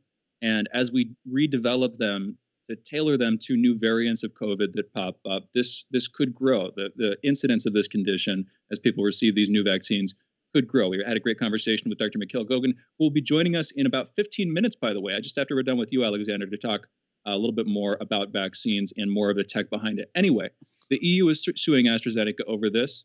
What is the British take on this? And what is your take personally on this decision to sue the vaccine manufacturing company AstraZeneca? Alexander. Well, the British take on this is overwhelmingly that this is the EU going against a British-developed vaccine because the EU resents Brexit. So that is the way in which this whole topic has been framed within within Britain. The EU supposedly has failed on its vaccination program. It's hitting out at Britain. It's scapegoating at Britain for its own problems, and the way to do that is to go after AstraZeneca, which, according to this perspective, is an entirely blameless company. I think you must take all that with a pinch of salt, but that is the British view. Now, I'm not going to discuss the health issues because I'm not qualified to say that, but I think there is probably a measure of truth in the British story. I think that there is some element of truth there. I also think that AstraZeneca itself has compounded its problems because of the way in which it has dealt with the European authorities, which is that it has at all times failed to accept that there's been any problems or mistakes on its part. And it does seem, for reasons that I find difficult to understand, to have favoured Britain more than the EU in the way in which it has administered its contracts. Now, whether that's because it also wants to preserve its position in the United States, I am not sure. But there is a perception in Europe that the Americans and the British are hoarding vaccines in order to accelerate their own vaccination programs at the expense of everyone else. And that this in the case of the United States, that is 100% true with the decision Yes. in the last day to give away 60 million doses. We were just talking about this yesterday. We were complaining about how in India, again, huge second wave that they're seeing right now, record highs around the world in terms of the new cases and extremely high deaths on their end. And a lot of people are saying that those are undercounted. The United States had tens of millions of doses, around 60 million doses that they're withholding. And they have just in the last day announced that they're going to start sharing those. But that, of course, is proof that they have been. The United States has been hoarding tens of millions of doses, even though these haven't been given an emergency use authorization by the U.S. government, by the FDA. And they were effectively just being stockpiled. So at least at that level, looking at it on this side of the Atlantic, that is 100% true, that assessment. We need to go into a break, though. We're going to be coming back to talk about Nikol Pashinyan resigning. That's the Armenian prime minister announcing his resignation ahead of parliamentary elections coming up in June and following his loss in a war that he started over in Nagorno-Karabakh last year. We're joined by Alexander Mercouris, editor-in-chief at theduran.com. You can follow Alexander on YouTube on his channel, Alexander Mercouris. You can also watch The Duran on YouTube, and you should check out their website, theduran.com. You're listening to Fault Lines with Thomas and Stranahan. We will be back with Alexander on the other side of this short break. Be right back. Fault Lines. We are above all the latest developments, and we don't take any sides. Radio Sputnik, telling the untold. Feeling kind of blue, but maybe also kind of red, and kind of purple, and kind of alone? You've got a friend on Radio Sputnik. Tune into Political Misfits from 12 to 2 Eastern Time, Monday through Friday, for news, politics, and culture without the two-party bias. Catch us daily on 105.5 in Washington, D.C., or 102.9 or 104.7 in Kansas City. Or find us on Twitter, Facebook, YouTube, Spotify, or wherever you get your news.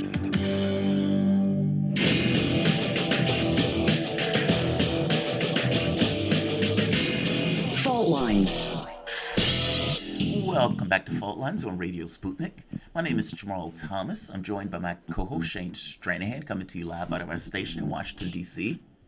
Well, the Armenian Prime Minister, Nikol Pashinyan, is leaving power basically the same way he swept into it, on the wings of a protest. Initially, it was the pro-democracy protest back in 2018. Right now, it is a protest for him to leave. And part and parcel to that is because he lost a war that he is widely considered to have started. This gets into the conflict with Nagorno-Karabakh, where not only did he lose that war, he actually lost territory, something that his population is not happy about, and that is, to put it mildly. Fighting Azeri and Turkish forces, Nikol Pashinyan, despite the proclamations that he was putting out to the public as if the military was actually doing far better than what it was not. They lost brutally. They lost territory on top of that. And strangely enough, despite that loss, he stayed in power. Well, he just put out his resignation and saying that there are going to be elections in June. And his resignation coincides maybe a day after the Holocaust remembrance in Armenia. It is unclear to me whether or not those things are related, even though you would think that they would have to be related considering the closeness of the date. To have a conversation about this, we're joined with Alexander Mercouris. He's editor-in-chief at the Duran, and honestly, one of my favorite guests. Alexander, again, thank you for joining us. My great pleasure, my very great pleasure. Absolutely. I guess the most basic, straightforward question is this in any way tied to the Armenian Remembrance Day? That's Armenian genocide, the Remembrance. That's the first question. But on top of that, how on earth did he stay in power this long after suffering that embarrassing loss? Like, how do you lose a military campaign that is that loaded with history and that loaded with the way the public feels about it? Like, their feelings are so entrenched and tied to it. How do you lose something that monstrously poorly and then stay in power somehow? It is amazing that he stayed in power for this long. But why is he doing this on this particular day? I guess those questions run in tandem. Right. Well, the first thing to say is I'm not absolutely convinced that he is giving up power. I think what this looks like to me is a tactical maneuver. He's going to resign, step down. There's going to be new elections. But what he's very much hoping, and I think perhaps even expecting, is that his party is going to win those elections, at which point he hopes or expects to return as prime minister. Now, I understand from people who are in Armenia that whilst his popularity within Armenia itself has indeed collapsed, he still has a lot of support from the Armenian diaspora, especially in the United States. And this particular decision to recognize the Armenian Holocaust is, I think, partly intended by the United States, which has a history of backing Pashinyan in order to help him win that election, which is coming. Are you serious? Whether that will work, that I really question. But if you look at the statements that have been coming out of Armenia, I think that has been the objective of these maneuvers. But fundamentally, you are right. He led Armenia into a military disaster. He lied to the Armenian people about the direction of the war. He sacked all of Armenia's best generals and military commanders. He interfered in military tactics and strategy, which he didn't understand. And as a result, he failed and failed utterly. Notwithstanding that, he refused to accept responsibility. He refused to acknowledge the fact that the defeat in the war had been largely due to his own failures. And he clung on, trying to shift some of the blame for the military failure in the Caucasus onto Russia by insinuating that the reason that Armenia lost the war was not because of any mistakes he made, but because Russia failed, supposedly, to come to Armenia's rescue. So that has been his tactic. It's a tactic that plays well with some people in the United States, including some people in the Armenian diaspora there. But I don't think it carries much traction within Armenia itself. That's what I was going to ask. The diaspora doesn't get a vote, do they? No. Yeah. No, I don't think so. And so if he's that dramatically on it, that is an important consideration, because of course that's the other aspect about Armenia, which is, I should say, my brother goes to Armenia regularly, so he's familiar with the country. But Armenia is a country which, like a lot of the countries in the Caucasus, has a historic problem of corruption. And I'm sorry to say that money may not buy you votes, but it does buy you power. So with money coming from the United States in that form, and Pashinyan being the person who funnels it, it has given him a certain position in Armenian society, which perhaps it might not be entirely easy for him to lose. I would add that he's also backed by the usual NGOs, American-backed and American-funded NGOs, which are thick on the ground in Armenia. Alexander, that is a lot of. I mean, that is a. I would be utterly and entirely stunned if he's able to claw his way back into power after this. Like, I feel you, I get it, but they have to overcome a massive amount of hatred. Like, the night that he came out and basically accepted the peace deal, and they got their hands on, I believe it was the Speaker of the House or something, and they beat that guy with an inch of his life. If they could have got their hands on Pashinyan that night, that would have been him. Like the level of anger at him over this. Like I mean, look, you could be right that it may be difficult to get him out there. I don't know. No, I don't. I'm not suggesting that he's going to hold on to power. Okay. I would right with the elections. I think that is extremely difficult for him to win the elections in this situation. But what I do think is that he thinks he's still got cards to play, and he's still got that sort of institutional support, if you like, within Armenia. Let me ask you this: who is his opposition? Not enough to win him in elections, but explains why he's still a political force in Armenia, notwithstanding the disaster that he's led Armenia into. Now, who is his opposition so far? Meaning, who is he going to be running against? Or his party going to be running against? Well, this is one of the problems, because, of course, the Armenian opposition is extremely disorganized and demoralized as a result of the events of 2018, where the previous Armenian government was overthrown by street protests, which were organized, by the way, by the very same NGOs which continue to back Pashinyan. So that is part of the problem. There is no straightforward alternative government to step in. Having said that, Armenia is the kind of country, it's very small, and the population, by the way, is highly educated and politically very sophisticated, where a new government can spring and emerge and crystallize very fast, depending on how elections go. So the way it could turn out is that lots of people are elected into the parliament, running separately from each other in opposition to Pashinyan and his movement. And then suddenly you'll find that they all come together and they form a government. And maybe it's not the most coherent government, but it is enough to try to put things together again and to try to find a way out of the mess that Armenia has been maneuvered into. By the way, there are some people in Armenia, I'm not saying they are many or that they're representative, who are even saying that the best way forward for Armenia is to unite with Russia. Interesting. Mm. Very interesting.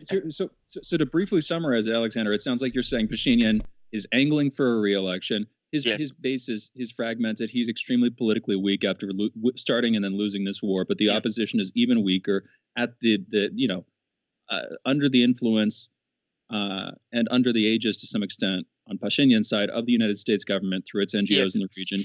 One last quick question: is there anybody who the United States is backing in the opposition who seems apparent as a feasible rival candidate on the Armenian side, or for that matter, that Russia seems to favor? Is there anybody, between these two powers on the periphery besides Pashinyan that we should be watching, Alexander?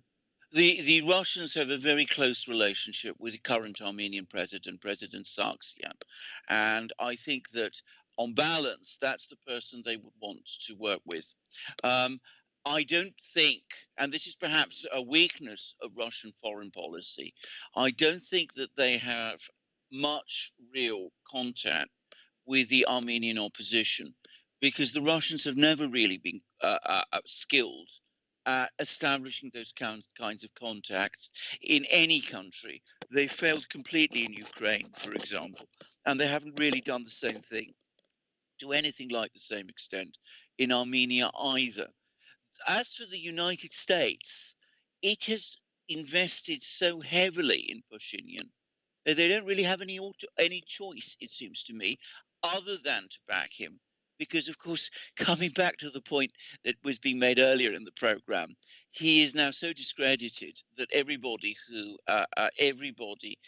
wants to run for political office in Armenia, who's not independent of him, is opposed to him and opposes the kind of policies that he has followed.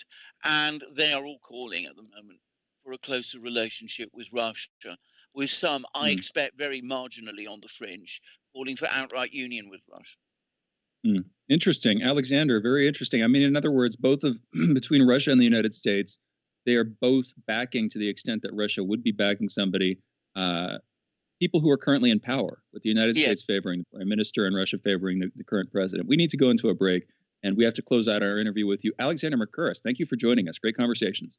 My great pleasure.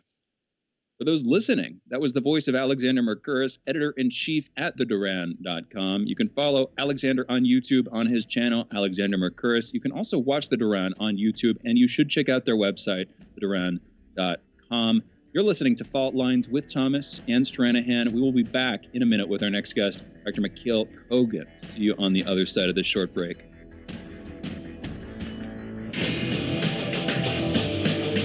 Fault Lines. Breaking news, expert analysis, and exclusive stories, all in one place.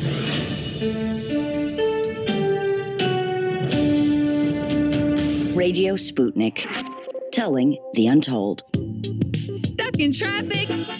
No problem. Stay informed. Stay tuned to Radio Sputnik on 105.5 FM or 1390 AM in the No, Michael. area. Need more? Follow us on Facebook or check us out on SputnikNews.com.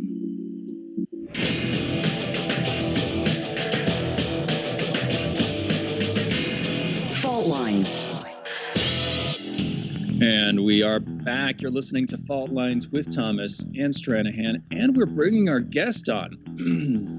And we're going to be talking about basically mRNA technology. Now, this is spurred by a couple of things that are going on. I'll start with this, though. The White House is considering a waiver on patents on the use of mRNA technology.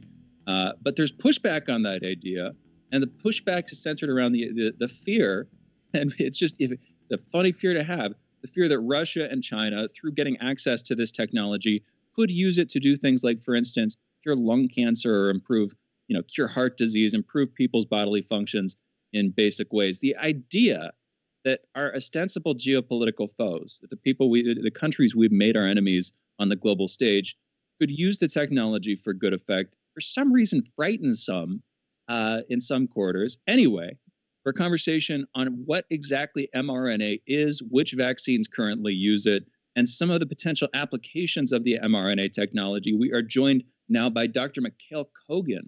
For those listening, Dr. Kogan is the medical director at the George Washington Center for Integrative Medicine, associate professor of medicine at George Washington University, and the founder and executive director of the AIM Health Institute. That's a Washington, D.C.-based nonprofit delivering integrative services to the underserved, which you can check out at healthaim.org. Dr. Kogan, thank you for joining us. How are you doing this morning? Good morning. Pretty good. How are you? Good. I noticed, I caught myself there. We were just speaking with Dr. Alexander Mercouris, who is based on British time, GMT. It's in the morning where you are. It is nothing other than morning over in Washington, D.C. right now. Anyway, let's get into the conversation. Like we were just talking about, there's a conversation about which countries should be allowed to use mRNA technology. And I just want to start with this. mRNA, a technology that's been around for over a decade, but has only come into recent use and public awareness with the development of the Moderna and the Pfizer-BioNTech vaccines, both of which use this new technology. I just want to establish this real quick. What other vaccines around the world currently use mRNA tech? Dr. Kogan. Well, to my understanding, we only have these two. I don't know if the other countries are trying to replicate the similar vaccines for COVID. Now, the technology has been, as you said, in existence for quite some time. So it's been tried for Ebola.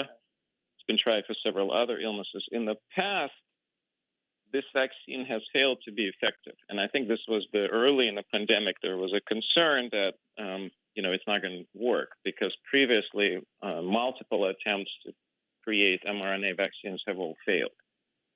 So, it's not only that technology is old, technology is a lot simpler compared to a standard, whether it's adenovirus vectors or other forms of vaccine. And the reason for that is simply just because it's easy to produce mRNA. But maybe we should first explain to the listeners what messenger RNA actually is, right? Or you guys already talked about that? Well, no, we haven't yet, and I wanted to get into that with you, but Jamarl, go for it. Well, it's something that you just said. You made the point that said it didn't work prior. I guess at least because I've heard people use this as they were arguing. It's like the virus is the vaccine is killing Hank Aaron, stuff like that, and they would say this thing never worked prior. as if that's somewhat of a rationale for, ineffectiveness. Now, I guess I guess two questions leap out of that. What is the difference between now and then? Meaning, what was the thing that they were able to change in order to get the vaccine to be effective? And are these vaccines that are coming out in the United States that are mRNA based any different than the ones that are coming out of either China or Russia that seem to be also mRNA based? Well, let me do the first questions second, because I don't have an answer to that. I don't even know if the other countries are creating mRNA vaccines, and if they do, I'm not sure what the difference would be. But I would probably think that if they are creating, the difference will be very small, simply because it's a pretty straightforward technology. You create pieces of mRNA, you have to put it in a solution that's dissolving the molecules evenly, and then you just inject it straight into the muscle. So it's not a very complex methodology. Now, why in the past it's failed, I don't actually have a good answer. I'm guessing the main reason is that some of the other viruses have been quite different. I also believe that this was tried for HIV as well as for the Ebola, and they're different viruses. So why for this virus it's worked, I'm not exactly sure, but I also wonder if simply technology is gradually maturing, if the actual manufacturing of the pieces of RNA is becoming easier and more accurate. The critical aspect there, the piece that you're making, you have to be exceedingly accurate. If you didn't make it quite exactly nucleotide by nucleotide, when the protein is formed out of the RNA, it's not going to be the one that's going to generate an adequate immune response. And because the mRNA in us after injection lives very short period of time, literally probably hours, maybe a day, there is not enough time for immune system to adapt. So if your piece that was injected is not exactly precise, it's not going to work. That's my guess. Now, I'm really not an expert in the specifics of the vaccines, but, I believe that's the answer. So I want to get into you've used the phrase mRNA. We use that phrase constantly. It stands for messenger RNA, and it effectively is a way for people developing medicines to create a sort of injection mechanism to directly affect how our genetic code, in a sort of signaling sense, responds to something that we want it to respond to. Is that brief? Could you just give a brief sort of medical or scientific explanation? We don't need to get too deep into molecular biology or genetics or anything like that, but what is actually going on here? Yeah, I think the listeners have to have a sense of what it is, because it is very different. It's actually probably, in a way, the safest vaccine we're ever going to have, in a way, because other vaccines that are DNA containing, the DNA has to be built into our own genome. So literally, there has to be a vector that delivers the piece that you want to replicate straight inside the nucleus into our own genome. With mRNA, you don't really need that. What basically happens, the mRNA gets uptaken into the cell. It does not go to nucleus. The machinery that makes proteins in our own cells from any piece of RNA that's floating around is going to find that piece and make a protein. And after that, mRNA is rapidly destroyed. It's actually in minutes and in hours. And so, but that protein is going to go out and going to start generating an immune response, because whatever the piece of RNA you made in the lab, you're trying to figure out what protein do I need so that the immune system thinks that this protein represents the virus. But in essence, the only potential concern here, if you make that protein somehow mimicking either something else, or if that immune response to that protein is going to generate some kind of havoc or some side effect. But beyond that, because I've had literally some patients tell me they have read something that mRNA vaccine is going to build into itself into genome and then cause forever problems. That's nonsense, because there's no way for mRNA to go into the nucleus or be incorporated into our own genes. So that's why it's actually in some ways, safer. Well, so then again, this is sort of to the anti-vaxxer folks, but also just a genuine question. Would an mRNA vaccine or other uses of the mRNA technology as it currently stands, and without including any other future or present techniques, is this genetic engineering, simply, Dr. Kogan? Well, I mean, I think you can say that. You can say that regarding anything that is part of that is a piece of genetic material. In that sense, sure. I mean, I would probably call this more of a molecular engineering rather than genetic engineering. As a genetic engineering, I think sort of assumes that you're building something into our own genome, and here we don't. But I also want to mention one thing. You're right. It's not just a vaccine. This technology allows us to put in all kinds of things, mRNA-based, that can be made into protein. So let's say a person is lacking some kind of protein and you want to give a short presence of that protein. That technology can allow for that. Although, again, as I mentioned, there is no way for this system to allow for the mRNA to stay in our body for a long period of time. It gets disassembled very quickly. So you can only make that protein for just a short period of time. Well, it's a messenger. I mean, can we even call it a vaccine at that point? I mean, it's not even a vaccine in the traditional sense. I mean, we're basically sending a signal and say, build this, and the cell builds this. You're right. I think in a classic form, we shouldn't call this a vaccine. I'm not exactly sure then what we're going to call it. It's like soy milk and milk, almost. Like it's, I mean, it is still a vaccine by the intent, right? I mean, what we're trying to do with this is we're injecting material that generates immunologic response. Then that protects us. So from that perspective, it's a vaccine. But from the classic way we think of the vaccines as something that gets built into the DNA and then that reproduces. Yes. So, well, I mean, Well, right here, I just wanted to make this point clear before we leave. So this is Financial Times, and the article is called Vaccine Makers Say IP Waiver Could Hand Technology to China and Russia. And industry lobbying has escalated in Washington. Companies have warned in private meetings that the U.S. trade with White House officials that giving up intellectual property rights could allow China and Russia to exploit platforms such as mRNA, which could be used for other vaccines or even other therapeutics conditions such as cancer and heart problems in the future. We're concerned that China and Russia will use the mRNA technology for other things. And the reason is because what you just said, it's a messenger. It's basically saying, build this, and then it dies. And the cell goes and builds X. 30. That could be a vaccine, or that could be something else. Dr. Kogan, thank you for joining us. The voice that you guys were listening to is Dr. Mikhail Kogan. He's medical director at George Washington Center for Integrative Medicine, associate professor of medicine at George Washington University, and founder and executive director of AIM Health Institute, a Washington, D.C. based nonprofit delivering integrative services to the undeserved. To learn more about AIM Health Institute, visit www.healthaim.org. Great explanation by Dr. Kogan. You guys are listening to Fault Lines with Thomas and Stranahan. We will be back in a moment.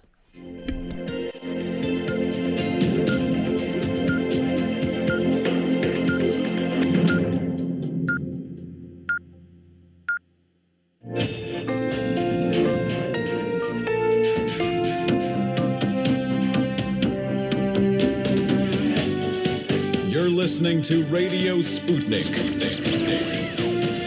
telling the untold.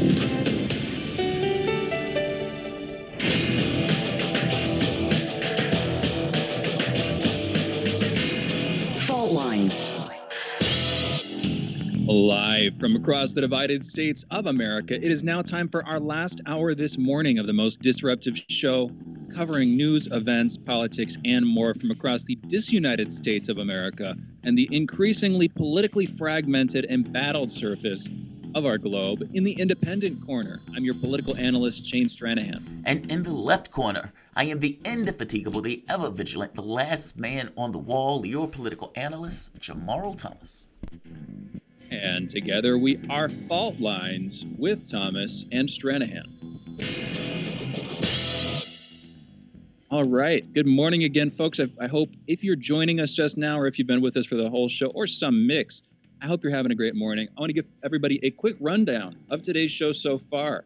At 7:30, spoke with Dave Beaty about UFOs. This is a pre-recorded interview on Jamarl's part. Fascinating interview, and he's a good guy to talk to. This is actually, it didn't even start at 7:30. It started about 7:20, 7:18, something like that, and went for a solid 40 minutes. If you want to, if you're interested in that stuff, go check it out. This comes amid a wave of revelations over recent years and the promise of a soon-to-be-released report on unidentified aerial phenomena, or UFOs, as they are more colloquially known. At 8:15, from 8:15 to 8:45, we spoke with Alexander Mercouris about the EU's plans to sign a trade deal, specifically the European Parliament planning to ratify a trade deal with the United Kingdom. Today, we talked about the United Kingdom shifting its allegiance, changing its masters effectively from the European Union to the United States, seeking closer trade deals and political relations with the American government. We moved to a brief conversation on the EU suing AstraZeneca, accusing them of supply delays and preferentially working with the United Kingdom. This is, of course, a part of the whole Brexit thing. And we moved to a conversation about the situation in Armenia as the Prime Minister Nikol Pashinyan announced his resignation this Sunday, the day after the Day of Remembrance for the Armenian genocide, and the day after Biden became the first president to formally, sort of institutionally, in a speech, recognize that genocide. Talked about where Pashinyan's government will go as it appears to be ready to disintegrate after months of protests following his starting and then losing the Nagorno-Karabakh war against Azerbaijan and, to a larger extent, Turkey. Interesting conversation. Anyway, we just finished up a conversation with Dr. Mikhail Kogan about the nature of mRNA technology, looking at mRNA vaccines, and looking specifically at this story as word is coming out over the weekend that the United States government is considering a waiver for mRNA patent technology, a move which is getting pushed back because in some quarters people are worried about countries like Russia and China using that technology to, for instance, cure heart diseases, or to cure lung cancer, or to do other things which on their face seem like they would simply be good for humanity anyway, because our foes geopolitically, the ones we made for ourselves, seem to be prepared and able to use this tech if it's made freely available for those purposes. Some people are worried about that. Anyway, that was with Dr. Mikhail Kogan. We just finished that conversation up. Yeah, we got to get him for 30 minutes. I wish that kind of conversation could easily win another 15. It could have. Yeah, it could have. Really that was good. He's good on this stuff. He's pretty honest and straightforward, matter of fact when it comes to what he doesn't know and what he does know. He's pretty darn good at explaining it. Well, he is, but he made something very clear that us calling it a vaccine is misplaced. That even though it's acting as a vaccine, it's only because it's told to do so. But we shouldn't like it's like saying I send a message to you to do something. You throw the message away and then you do it.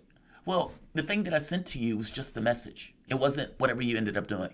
And so whether that's lung cancer, whether that's seizures, whether that's epilepsy, it's a messenger that says go and do X, and then it goes away, and then the cell does X. That's phenomenal technology. That can't be understated in regards to the potential for it, which is why they mentioned cancer and heart disease, because they can foreseeably see it do that. That's astonishing. That's fascinating. I would be very curious, because I asked him if it was genetic engineering, and he said, well, technically yes, but that so are so many of the other things we do with it. It's almost like genetic interaction. That seems to be the most straightforward. If you had to use two words for it, that seems to be, it is interacting with your genome. Again, it's messenger RNA. It's effectively a strip of protein that you use to interact with your genetic code to get it to respond in certain ways. And 2 points that for me come from this. For one thing, on the issue of it being a vaccine, technically or not, Dr. Mikhail Kogan could speak with some more education about this, but it seems like historically, whether you look at how we started out with the inoculation process, basically variolation, which is basically exposing people to sort of semi-deactivated, it's small doses of diseases, like for instance, smallpox back in the day, where you expose somebody to a little bit of the sickening virus or the sickening bacteria, that kind of thing. And then their body responds to it. They technically get sick from it, but on a small scale, they build up immunity as their body learns how to respond to it.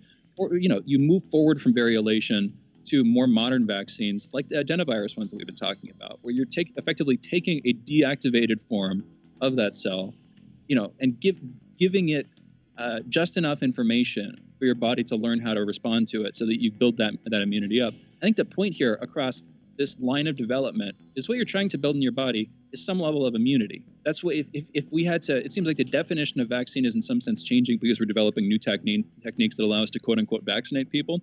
And what they do across the board, you're trying to help people build up immunity. But it remains to the medical authorities to define this stuff. Another quick point here on the message, back to the messenger RNA thing. This seems like a foundational basic technology that frankly, I don't believe people should have a right to patent. it's like, this is okay. So this is how, if going forward, this is going to be used in all sorts of ways. This is how sort of the most obvious way to communicate with your genome, to get it to do certain things, to send it messages that it'll respond to by producing new proteins and by sending out signals throughout your body to change your body in certain ways. That seems like a foundational technology that should be on the deepest level, if not made open source, at the very least not patented. It sounded like commie, Shane. It just seems... It sounded like a commie. It sounds so pivotal. But does that make sense, Jamarl? Dude, you're preaching to the choir on that.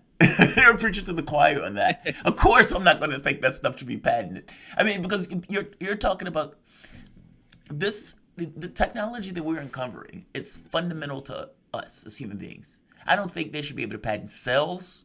I don't think they should be able to patent. It's like, oh, we found this cell that does X. Okay, we're going to patent that. What do you mean you're patenting somebody's cell? Or you're patenting some molecule? What do you mean you're doing?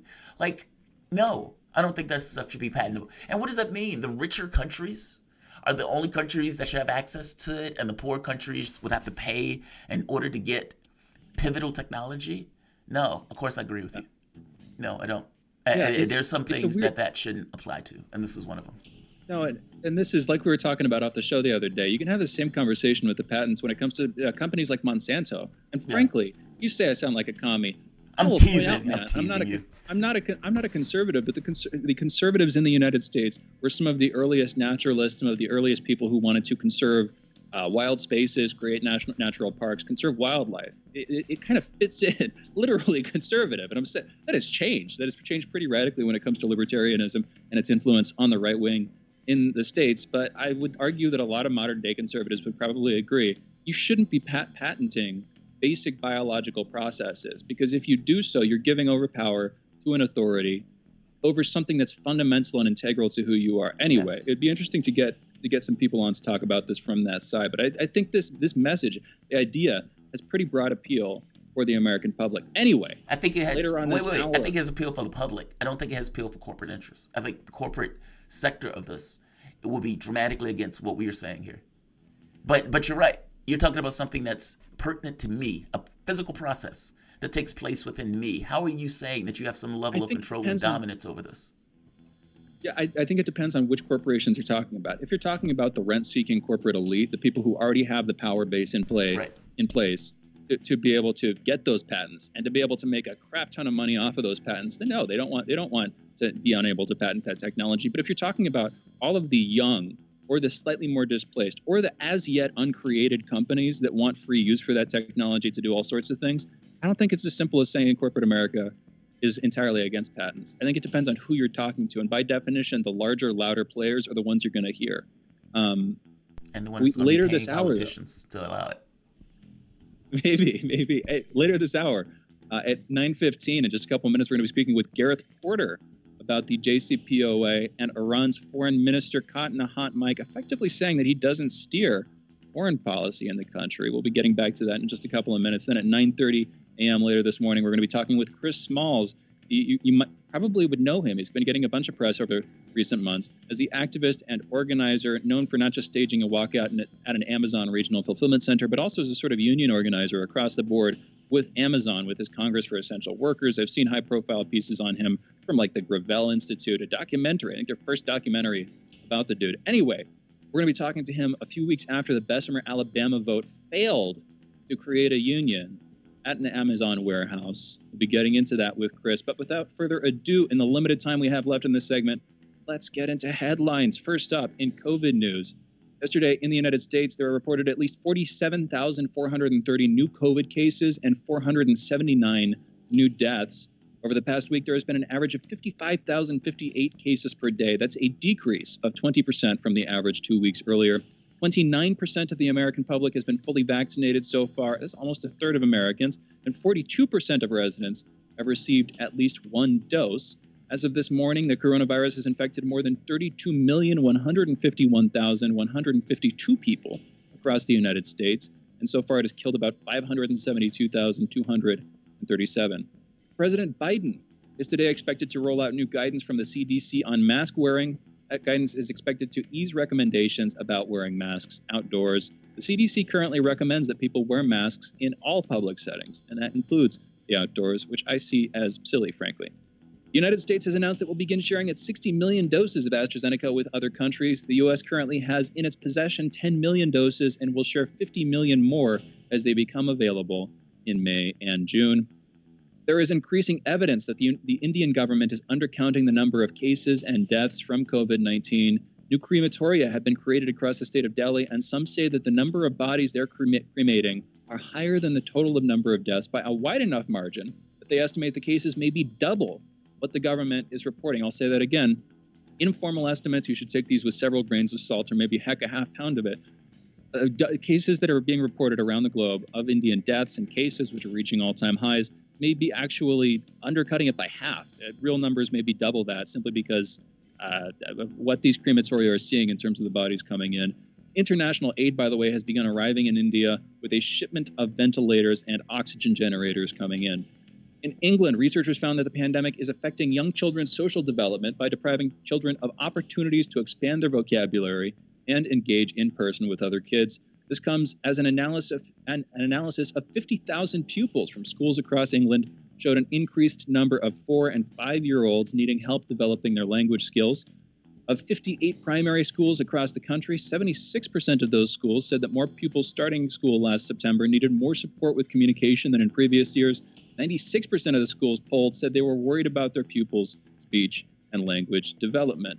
Now, real quick, I don't want to get too deep into it because we have more headlines and only so much time, but this stuff can be permanent.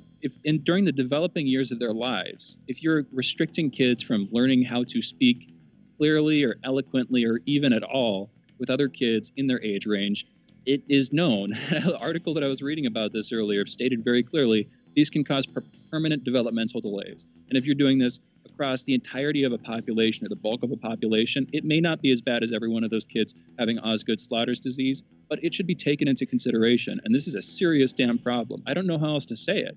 Not everybody, people deserve to live as good lives as they can. And the idea of keeping kids in their homes or keeping them on tablets, making their contact with other kids only through a tablet or only through a screen, that is going to affect them. And from what this study shows, it already has. So I wouldn't see any purpose in denying it. Put it on the table, recognize that it's a problem, and then say, okay, but there's other stuff on the table too, and we need to have a wider conversation about that. Jamarl, I don't want to talk without giving you a chance to respond. What's your take? Well, I mean, look, they're not doing this just because they're doing it. It's not like somebody is twirling a mustache saying we're going to screw these kids up. No, it's in comparison to death, full stop. And so it's not being done just for the kids to be mean or just to be mean to the kids. It's an expectation or understanding that, okay, we don't like doing this. All things being equal, we prefer these kids to go to school. But the other items can be mitigated. The other part is death. That's worse. I mean, for God's sake, you were just sitting here talking about the AstraZeneca vaccine and the number of people that are dying. You even snapped at me about it. I guess I'm saying if that is the other side of this, then you have to acknowledge the fact that that's the other side of this and just kind of be like, all right, how do we mitigate these kids having problems? I think that is the question, not, I don't want you to take this thing that I'm just ignoring some of the difficulties that the kids may have. Here's the thing. I can agree with that. And it's not just because we need to go to a break, but all I want is to have all of the facts on the table. And then you have a conversation about the damn facts. But I do see this as a problem. Now, granted, death is also a problem. And needless to say. Anyway, we need to close this segment out. You guys are listening to Fault Lines with Tom. Wait, we lose politics and call it to spin. Okay, so now when do you want it? Daily from noon to 2 p.m. Eastern Time. Okay, satisfied now? Never 0.7 FM Missouri. Daily. No sanctions now to the JCPOA. Its conditions are very clear. Sanctions, and it can look weak. He has talks. Minister Zarif. Minutes or a minute or so, which is that the United States is insisting that basically Iran has to take the first step of agreeing to come back to the JCPOA, not just agreeing, but actually carrying out the physical changes necessary in its own program, because Iran did take steps in light of the violations of the JCPOA, very serious violations of the JCPOA by the United States, of essentially removing many of the restraints that they placed on their own nuclear program, as I think your listeners know very well. So what the United States is saying is, you have to reverse those, and then we'll come back to the JCPOA. But that is Iran's leverage politically, diplomatically with the United States. Without that, they know perfectly well that the United States is going to try to use its sanctions to, as leverage to force that it inherited from the Trump administration. This is absolutely to this problem. The sanctions, what they call third-party sanctions, on those countries that were importing Iranian oil. And of course, that meant that those countries would suffer the consequences of American sanctions if they continued to import Iranian oil. And they all reached agreements with the United States to reduce or eliminate those imports of Iranian oil, which cost billions of dollars to Iran's national treasury. So that is I think, the most important stake in this present conflict over how to get back to the JCPOA.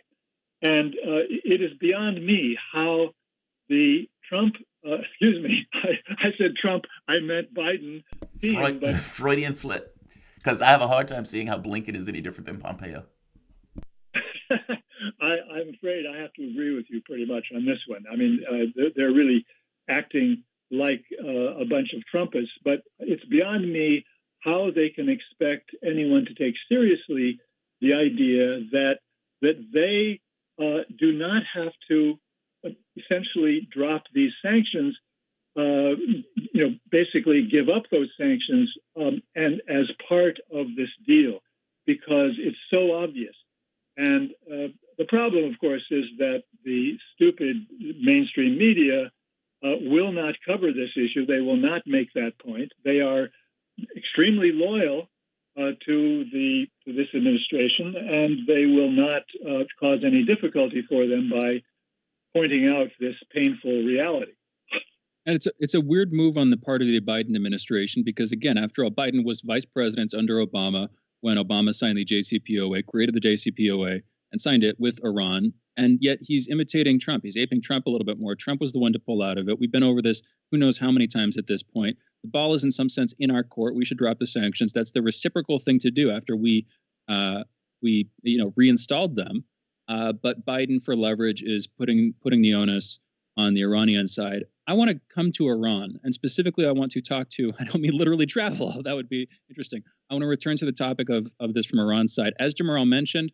A hot mic with Iran's foreign minister, Javad Zarif, where he brings up the idea, and he states quite clearly that he is not in charge of the diplomatic affairs. I'm going to quote here. I have sacrificed diplomacy for the military field rather than the field servicing diplomacy, quote unquote. Now, this reminds me historically of the role of the Praetorian Guard in the Roman Empire, where the Praetorian Guard was created as the guards for the emperor, the guards for the political system. So was the Islamic Revolutionary Guard Corps, of which Javad Zarif is speaking. And it seems like with the Praetorian Guard, the IRGC has taken the reins up on the back end and has been steering policy. And he criticized them for steering the government of Iran away from some reconciliation on the JCPOA, getting Iran involved in Syria in ways that he personally disagreed with. And this seems like a very deep cleavage in the structure of the political system and, of course, the military in Iran. How surprising was this for you, Gareth? How does this reflect with your knowledge of Iran's political system? It was not a total surprise because it seems inevitable that there will be these kinds of tensions between the two parts of the Iranian government, as there is in the United States traditionally between the military and people who are concerned with diplomacy. Now, there are obvious differences here, no question about that. But I think, in principle, it is bound to be the case that there are going to be differences in interests as well as in actual policy policy outputs between the diplomats, the chief diplomat in this case, Zarif, the foreign minister of Iran on one hand, and the commander or the commanders in Syria, specifically in this case, on the other, the IRGC commanders in Syria. And so it was not a total shock, although obviously this is a major revelation, and it has consequences, no doubt about that. The interesting question here is whether who leaked it and what was the thought behind the leak. Yeah. I suspect that there is indeed a degree of resentment on the part of people in the foreign ministry about the power that has been accumulated by the IRGC, and that they feel that it was time to begin to put their side of the story on the on the record. So I think that's probably what was going on here, whether it was Zarif himself or somebody who either had his approval or who thought that it was the thing to do. I have no idea. But I can tell you this: I covered the negotiations in Vienna on the JCPOA, the final round of negotiations, and had some briefings with people in the Iranian delegation, of which, of course, Zarif was the head during those talks. And the one of the issues that was pending very, very late in those negotiations was the question of whether Iran would be able to. It had to do with the Moscow's decision to veto one of the key parts of the JCPOA. The idea was that, and I learned this from the Iranians, that Iran did not want, that Moscow did not want Iran to have the freedom of being able to carry out this deal without the Russians being able to put their own sort of veto over it. And without getting into unnecessary details, what happened was that Russia vetoed one of the key aspects of this deal and forced the Iranians to accept it. And there was a great deal of displeasure on the part of the Iranians. Well, Gareth, wait, right there. And please continue, but I just want to put this part for the New York Times. It says right here, but he said that Soleimani's actions also damaged the country, citing one example as moves for the nuclear deal Iran in 2015. It says Mr. Zarif said if Russia did not want the agreement to succeed and, quote, put all of its weight, unquote, behind creating obstacles because it was not in Moscow's interest for Iran to normalize relations with the West. It says exactly. To this end, Mr. Zarif says Soleimani traveled to Russia to demolish our achievement, meaning the nuclear deal. So he's basically saying that Russia didn't want the deal to go through. Right, and this was the way they thought that they could get the Iranians to say, no, we can't accept this. But the Iranians did accept it at some cost, and as I understand it, the supreme leader was not at all happy with the way it turned out. But in any case, you're absolutely right that this was the crux of the matter. The Russians were hoping that the deal would fall through because they were concerned about Iran improving its relations with the United States, and in the global balance of power that mattered from their point of view, and of course, understandably so. Wow, that is fun. I thought, honestly, in the entirety of the story, I thought that part was the most interesting to me because it makes sense in a way. It's like, if Iran is in our orbit, things are good. If they are normalizing relations with the West, what does it do for their relationship with us? That type of geopolitics. It does make sense, even though it is crude politics. The voice that you guys were listening to is investigative journalist, author, and policy analyst specializing in U.S. national security policy, Gareth Porter. We're going to have to bring you back on, Gareth. This is a great conversation. You can follow Gareth on Twitter at Gareth Porter. You guys are listening to Fault Lines with Thomas and Stranahan. We will be back in a moment with Chris Moss.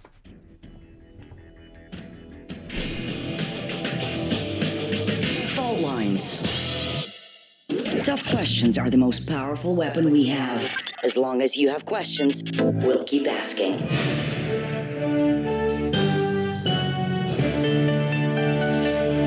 Radio Sputnik, telling the untold. Want to know how international issues fit into local ones and how local issues fit into international ones? With the historical context to tie them together? Well, we're bringing it to you all by any means necessary. Tune in weekdays from 2 to 4 p.m. Eastern Standard Time to hear me, Jackie Lukman, alongside my co-host Sean Blackman. By any means necessary, your guide to connecting the social, political, and economic movements shaping the world around us.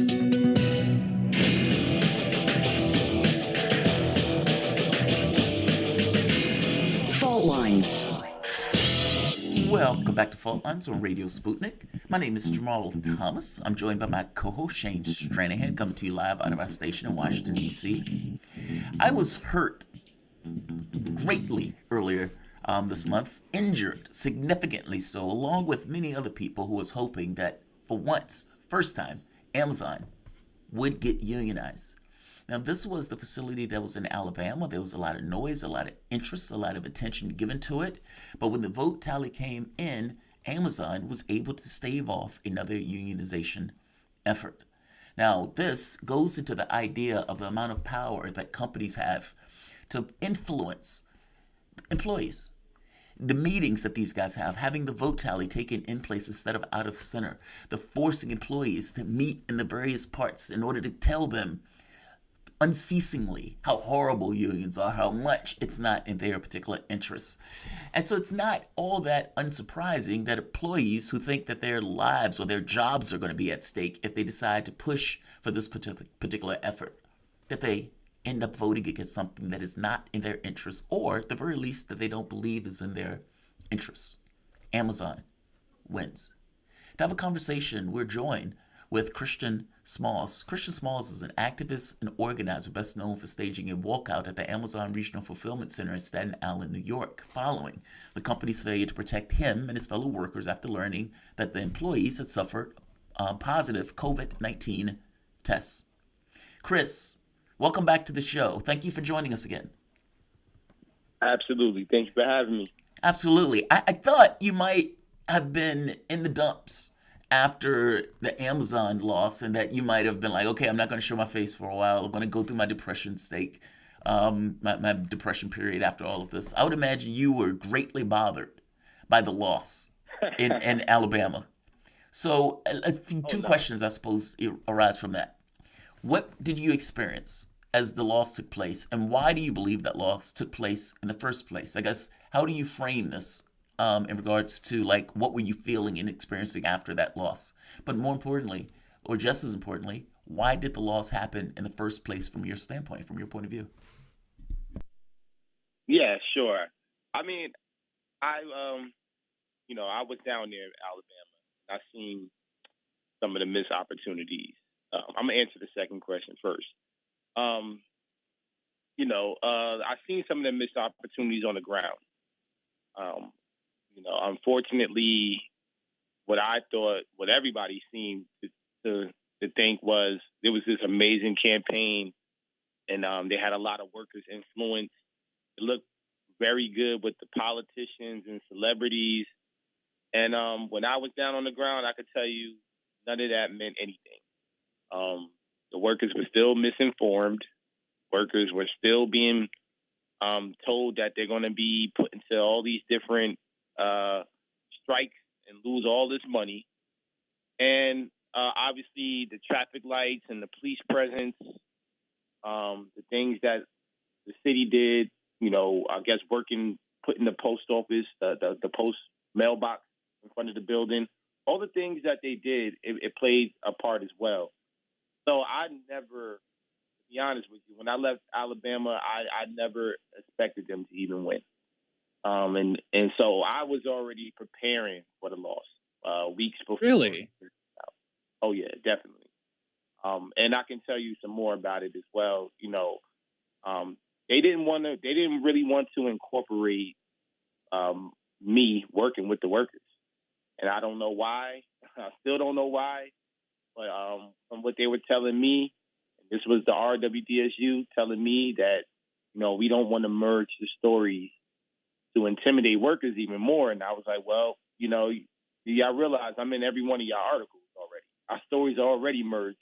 We drove down here to stand with you guys. And it kind of was like, we were treated like stepkids. And we didn't get no grand welcome. We didn't get invited to the union hall like everybody else, like the politicians. We went out there on our own will, basically. And I just thought that was wrong. That was wrong right there. Well, we could start with that. This is going to be fascinating. And thank you for talking with us about this, Chris. We've been covering this for many months now. We interviewed you first time, I believe, late last year, not too long after you staged that walkout. So we've been having you on to talk about the general push for unionization, but also specifically about the situation down in Bessemer, Alabama, which, again, just to bring people briefly back up to speed, there was a no vote. There was a long unionization vote process. This would have been the first Amazon facility to unionize. It would have been a bellwether in the tech industry, and in some sense it is with its failure.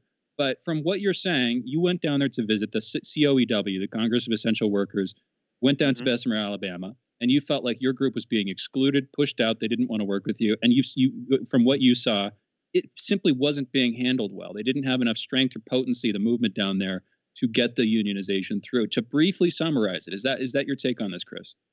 Absolutely. And, it's unfortunate, but that's the truth. That's what we experienced when we went down there. And, just the fact that, they brought Bernie Sanders down there and Killer Mike, and only 12 workers showed up. So that tells you right there that they never had enough workers influence. They didn't work on building a workers committee. They used a few workers like Jennifer Bates and Darrell Richardson that's been in the media, all over the media, and been invited to Congress, but that was it. There was nothing further than that. And I thought that having a rally, I presented to them, let's have a rally while I'm in town, and let us workers that came from out of town tell our story to resonate with the workers in Alabama. So they know the importance of why they should vote yes. And they refused it. They told me straight up no. And, they gaslighted me saying that they were going to invite me back down to another rally. I never heard from them ever again.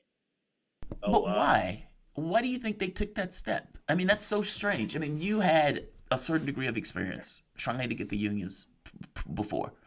And you had the press. That's right. Even the press. So why, what were their mistakes in the way that you view them, and why weren't they willing to extend a hand to you? Was there something else that you were aware of that you thought was interceding into the relationship between you all? It's just weird. Once again, they were telling me that they want to keep this Alabama local thing. These are their words. I don't know what that means. I'm like, the whole world is watching y'all. Y'all want this. Wait, Chris, you cut out for just a tiny second. Say that again. What were their words? What they told me were they want to keep this the Alabama local thing. And I said, okay. That sounds good, but the whole world is watching you guys. And y'all getting support from other groups, from out of town anyway. Why not work with people that actually worked at Amazon? So it was I don't know. These are questions that still bother me, after they lost. But then again, once again, I kind of expected the loss, and there's several people that I spoke to that felt the same way, that they just didn't incorporate enough workers' power. They politicized the campaign. They think in bringing celebrities and politicians, these workers don't come home and watch TV, or they don't come home and jump on Twitter and Instagram and social media like we do. These workers come home and they're tired. They had no idea what was going on outside of that building. And that's what the issue was. And I tried to help them weeks before that vote was ending. I said, you guys, we should have a rally while I'm in town. That's, I know where these workers are going. They're going to the Circle K gas station. I was able to connect with several workers. And they didn't know anything about New York. They didn't know what happened. And that the beauty of that conversation is that when I told them who I was and I explained, they were swayed to vote yes. And not only that, they were telling their coworkers to vote yes. And that's what I wanted to do. I wanted to help them spread that message within the workers, within the workplace. And then once again, they refused it.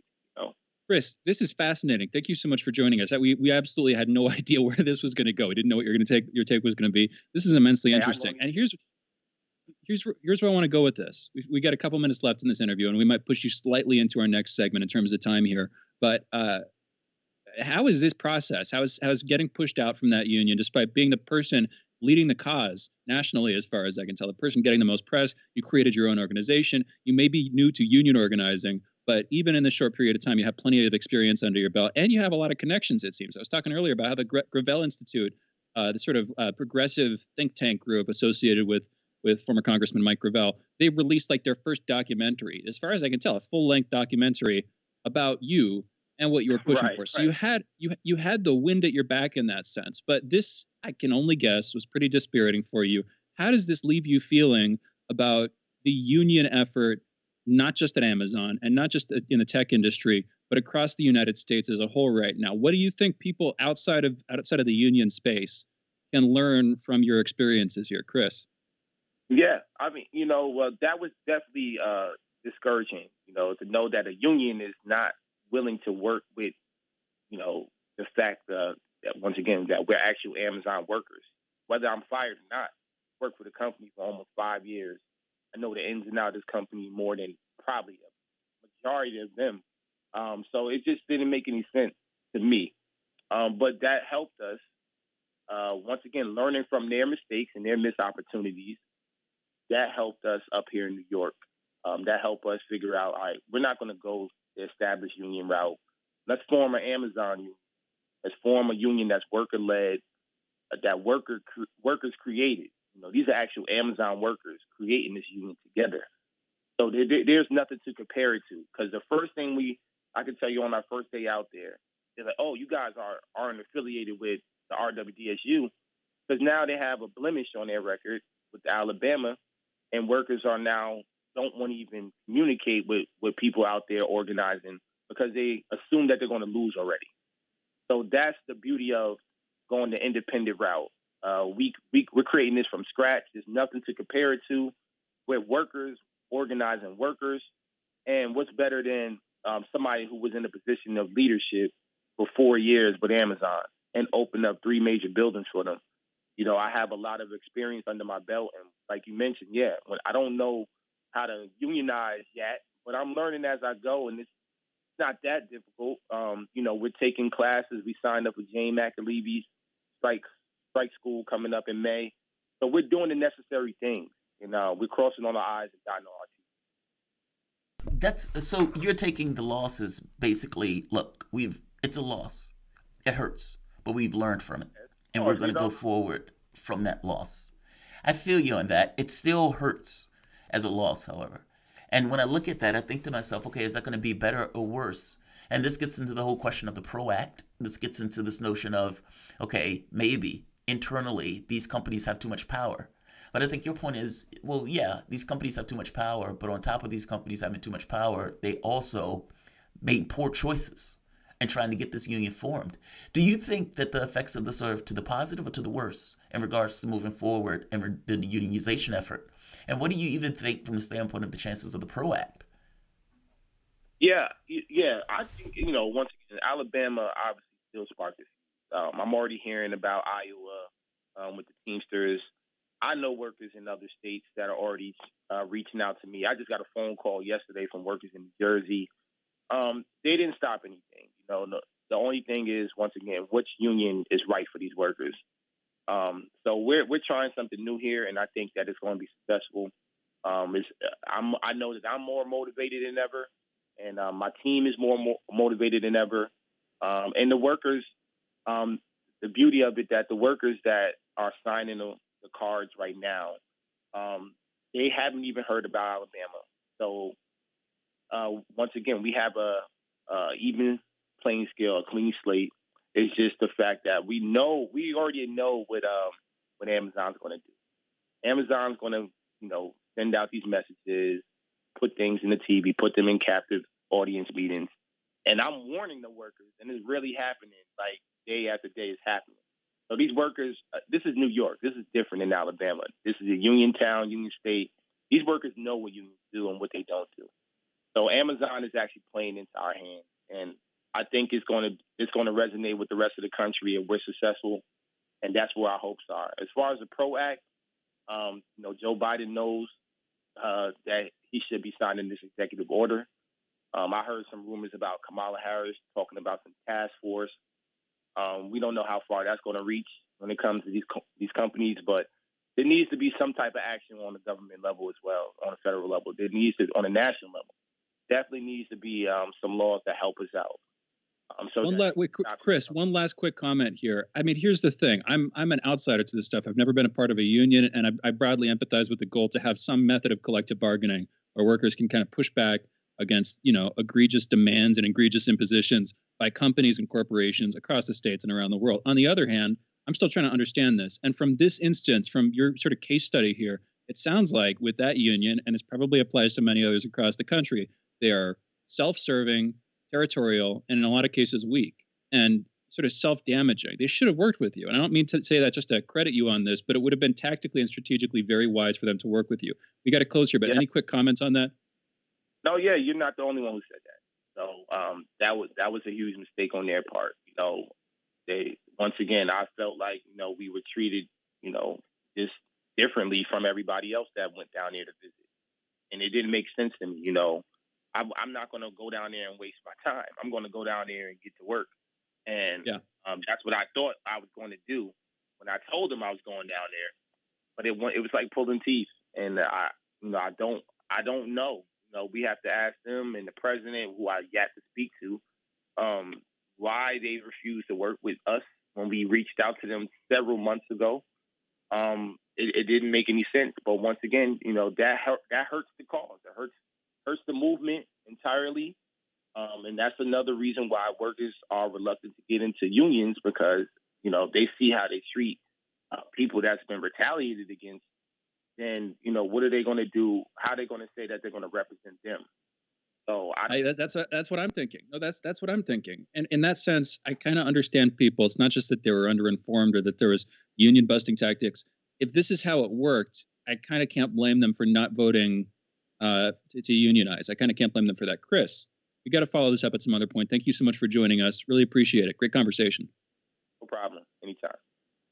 And for those listening, that was the voice of Christian Smalls. He's an activist and organizer, best known for staging a walkout at an Amazon regional fulfillment center in Staten Island, New York, following the company's failure to protect him and his fellow workers after learning that an employee had tested positive for COVID-19. You can follow Chris on _down Amazon. That's on Twitter. And you can learn more about the Congress of Essential Workers. They're all over social media platforms and have their own website. You guys are listening to Fault Lines with Thomas and Stranahan. We're going into a break, but we will be back on the other side of this break in just a minute.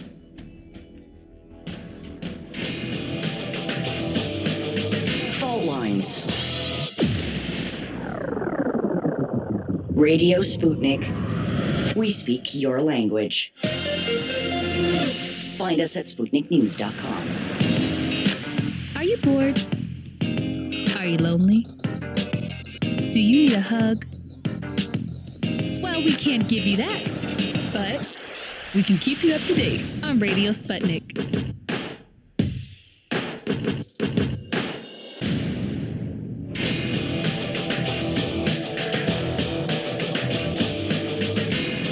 Fault Lines. And we're back. You're listening to Fault Lines with Thomas and Stranahan, and we in our rap segment, taking your calls. Last segment of the show today. The number is 202-521-1320.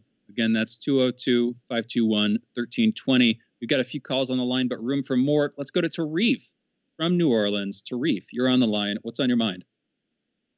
Free Julian Assange. I got a point I want to make about what's going on with the Biden administration and Erdogan administration with tit for tat now. Erdogan responded some hours ago about what Joe Biden said, and basically he brought up the fact that how could Joe Biden accuse the Turkish Ottoman Empire of a genocide, when, he basically told Joe Biden to go look in the mirror. Then he brought up the fact about what happened to the Native Americans by the European settlers. So it is shocking, Tarif. I mean, we were talking about this yesterday. Go for it. Yeah. Go for it. Oh no, I was just saying it is shocking on some level. I mean, like the world is looking at America saying Turkey did X. Okay, great. Turkey did do X. Fair enough. We can do that. We can have that fight, etc. We put that in a vase, in a box, and then you take one step over and say, okay, now let's talk about America. And look, you don't have to go back to the Native Americans. I mean, honestly, what happened in Libya is a tragedy. What happened in Iraq is a tragedy. And so it's like you have all of these dramas and tragedies where hundreds of thousands of people are being killed over the course of, let's say, 10 years.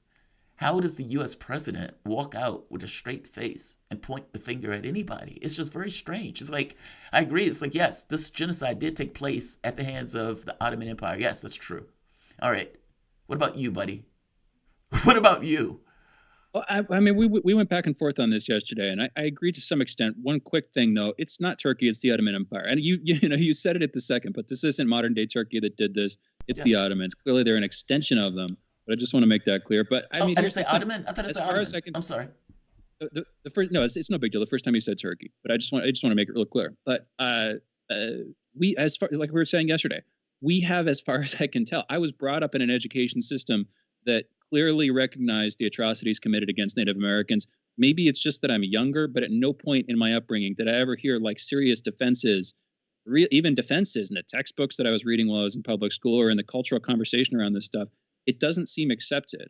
It seems accepted that it happened, but it doesn't seem like it's seriously defended in the United States that we did that. And I hear people all the time ready and willing to call it a genocide. That is a clear difference from what what Turkey's stance on it is, which is, as you can see in the comments made after Biden made a speech the other day, that it's a tragedy, that both sides suffered losses, but that it doesn't stand up to the legal definition of a genocide. It's like they're trying to legally word their way out of the idea that they committed a mass atrocity against an ethnic group intentionally that killed upwards of 1 million people. Even under law, by any definition that I would use. Yeah, it's like anti-Turkish behavior. We're guilty of that type of stuff. So yeah, we're guilty of our problems too.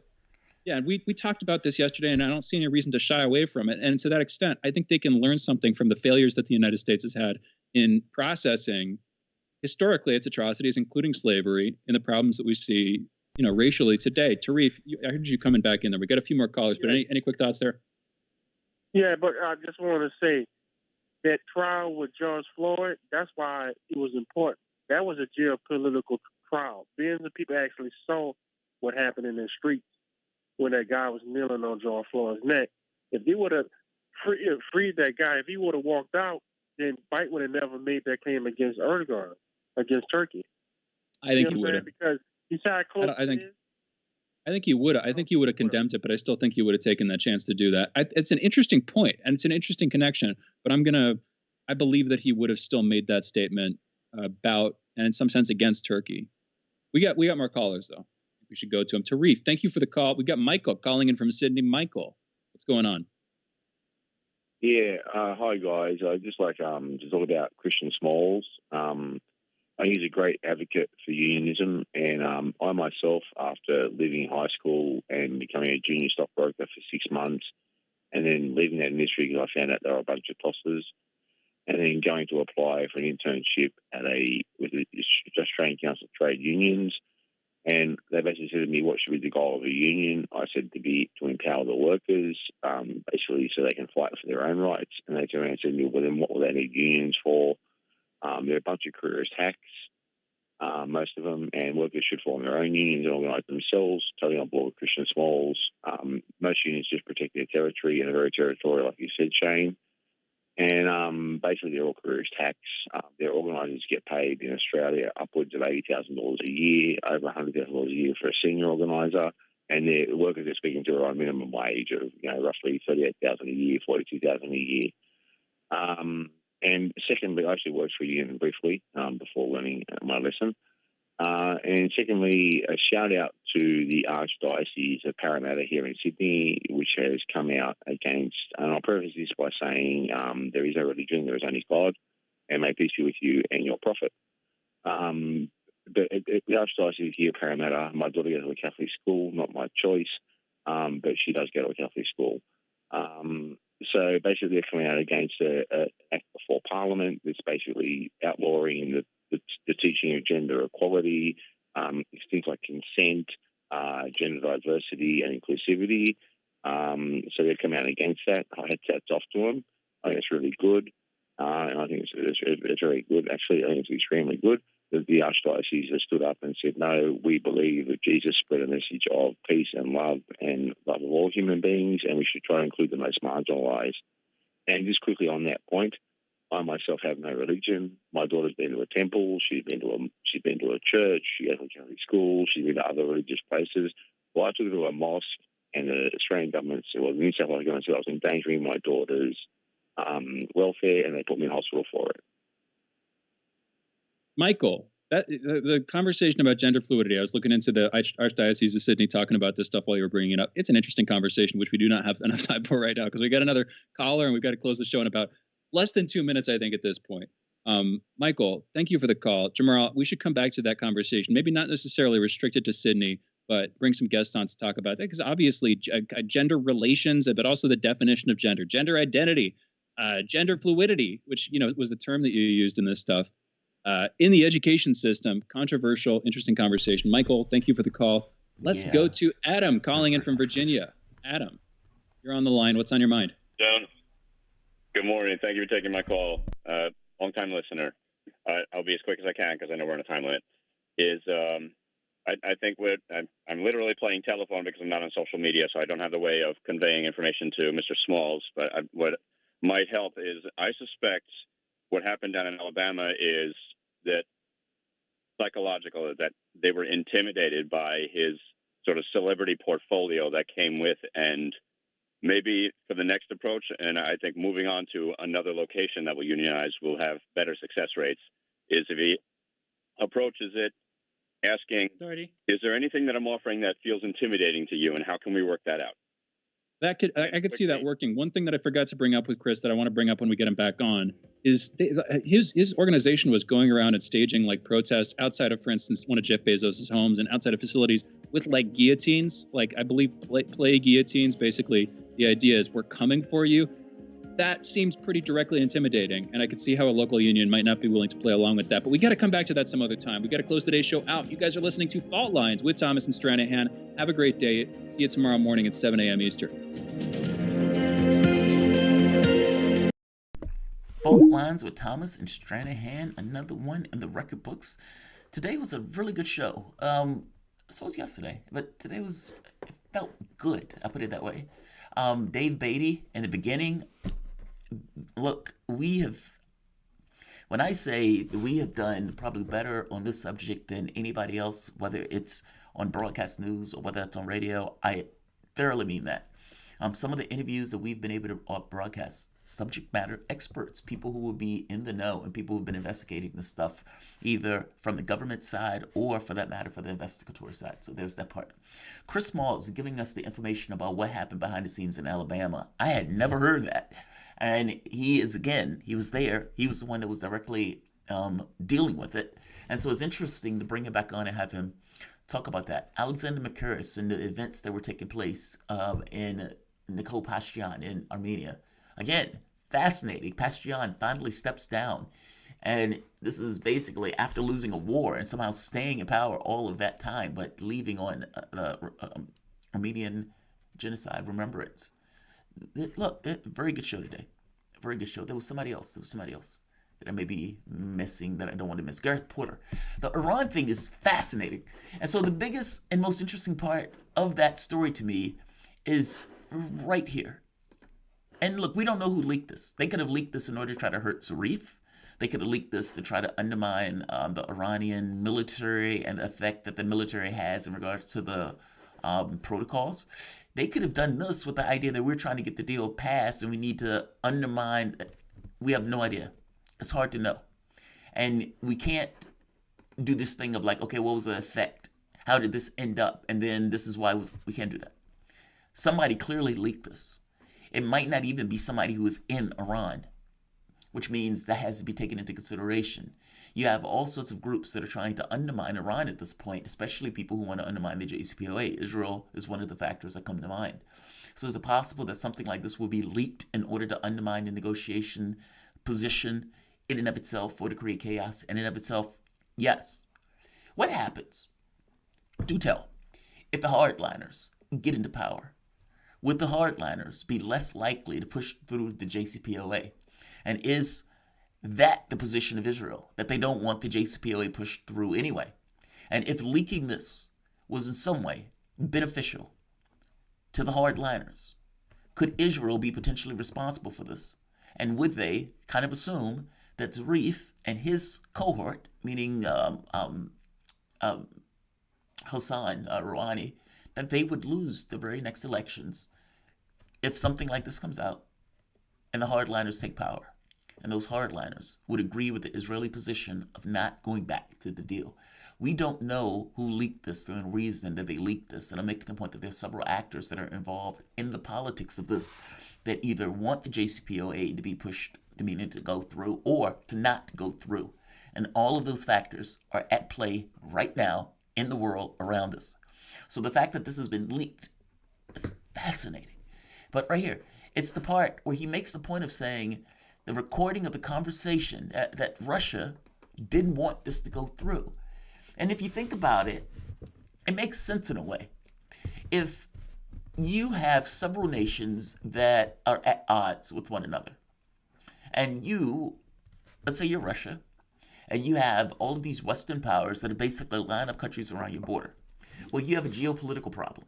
So regardless of the internal politics of Russia, you have no choice but to deal with the geopolitical aspects of the job, because other countries are dealing with the geopolitical aspects of trying to take you out of power, and you know it. So you have to shore up several sections of the globe to ensure that you stay intact. And this is all the while trying to recover from what was basically Yeltsin, and you can make a case of Gorbachev, fundamentally and utterly destabilizing the country to the tune of hundreds of thousands of people dying. You take power, you try to maintain control. The countries that the United States have been pushing against, China, North Korea, the sanctions that it's been putting on the various countries, each and every one of those countries that the United States sanctions are part and parcel to potential allies. Potential allies. Meaning whatever the problems that you may have within regards to the politics of those countries, they may be things that you disagree with. But the fact that the United States has started to put sanctions and attack all of those countries have basically allowed all of you to end up in a similar bucket. And because you're in that similar bucket, it is far easier to create relationships with those countries when you're in that similar bucket. What happens if the JCPOA normalizes relations with Iran? What happens within the context of those normalized relations that Iran starts becoming more in the orbit of the West, either in political leaders, either in policy? And does that reach a point where the interaction between Iran and Russia gets put in conflict, even if it becomes a question because of the connection with the West? If you're Russia, why wouldn't you think that? Why wouldn't that cross your mind? Even if it's some level far-fetched, you know that the relationship between the various countries can come with attachment. It can come with strings that say, if these guys care that much about sanctions, would they allow us to do this? What if we tell them to not do this? What if we tell them that the deal between us can be strengthened by you doing this and taking this particular policy against Russia?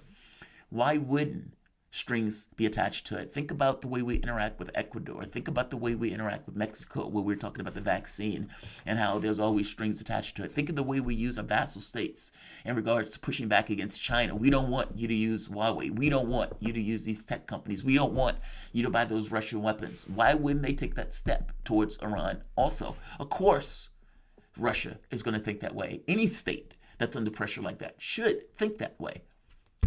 From the JCPOA, they're thinking that way. Now, Iran goes through with the deal anyway. Trump screws the deal. This immediately, almost naturally, allows Russia to get what it wanted just because of the way Trump responded. Meaning the way that the U.S., the bellicosity associated with it, has created a bifurcation in the world. So states like China, Russia, Iran, North Korea, Syria, you're going to have some places in Africa, and by the way, potentially even Turkey, aligning in this kind of axis. And this is not like the Soviet Union. This is with an economic powerhouse of China merging with the technical powerhouse of Russia. This is a different animal. And this is a different bifurcation of the world. And the idea of a unipolar world is off the table at this point. And honestly, the horse is out the barn. And I'm not even sure how you stop that. But the politics of that is phenomenal. For him to say Russia was against it, Russia tried to kill the deal. Soleimani was basically working with the Russians, trying to kill the deal. And they took the deal anyway. Meaning, regardless of what people want to think from the standpoint of Zarif and the power that Zarif have or the lack thereof, that deal still went through. It's phenomenal politics. You would expect, on some level, the militaristic policy to overwhelm the foreign policy. I mean, think of the State Department. Does the State Department have sway over militaristic affairs of the United States? So, yes and no. It depends on the situation. There are times where the State Department would be aired towards. There are other times where that wouldn't be aired towards. I mean, Republicans deprioritized the State Department in favor of militaristic endeavors. Iran would be no different, especially considering Iran is in a perpetual militaristic situation. They're constantly under attack by Israel. They're constantly under attack by the United States. So your domestic center of the country does not get the opportunity to flourish and develop as if, let's say, you were in, I don't know, Denmark.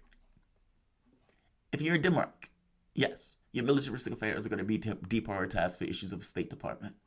If Denmark was under constant military attack, I guarantee you the State Department of Denmark would be deprioritized in favor of militaristic endeavors. This is no different. If the U.S. was in a wartime situation, the tenor of that country, the things that people could talk about, the degree of conversation, the things that you can sell and trade with the other countries, all of that stuff is under question. The State Department will immediately be deprioritized for militaristic concerns and militaristic endeavors. This is no different in Iran. This is not weird. This is not strange. This is just normal. The interesting part of the story, even though that they bring that up, the interesting part of the story really is that Russia didn't want them to do this. And the moment that you think about why they wouldn't want them to do this, it makes all the sense in the world. And it's fascinating politics. It gives you this kind of behind the scenes into what one of the countries and the people in the country is thinking in a way that is clear and honest. And in a way you don't often get. You get to see what's going on in Zarif's his mind, 3 a.m. between him and his God. Fascinating story. Look, all right, I'm going to end this. I'm going to say like, I'm going to say share, and I am going to say subscribe. Thanks all. I'll talk to you guys in a few.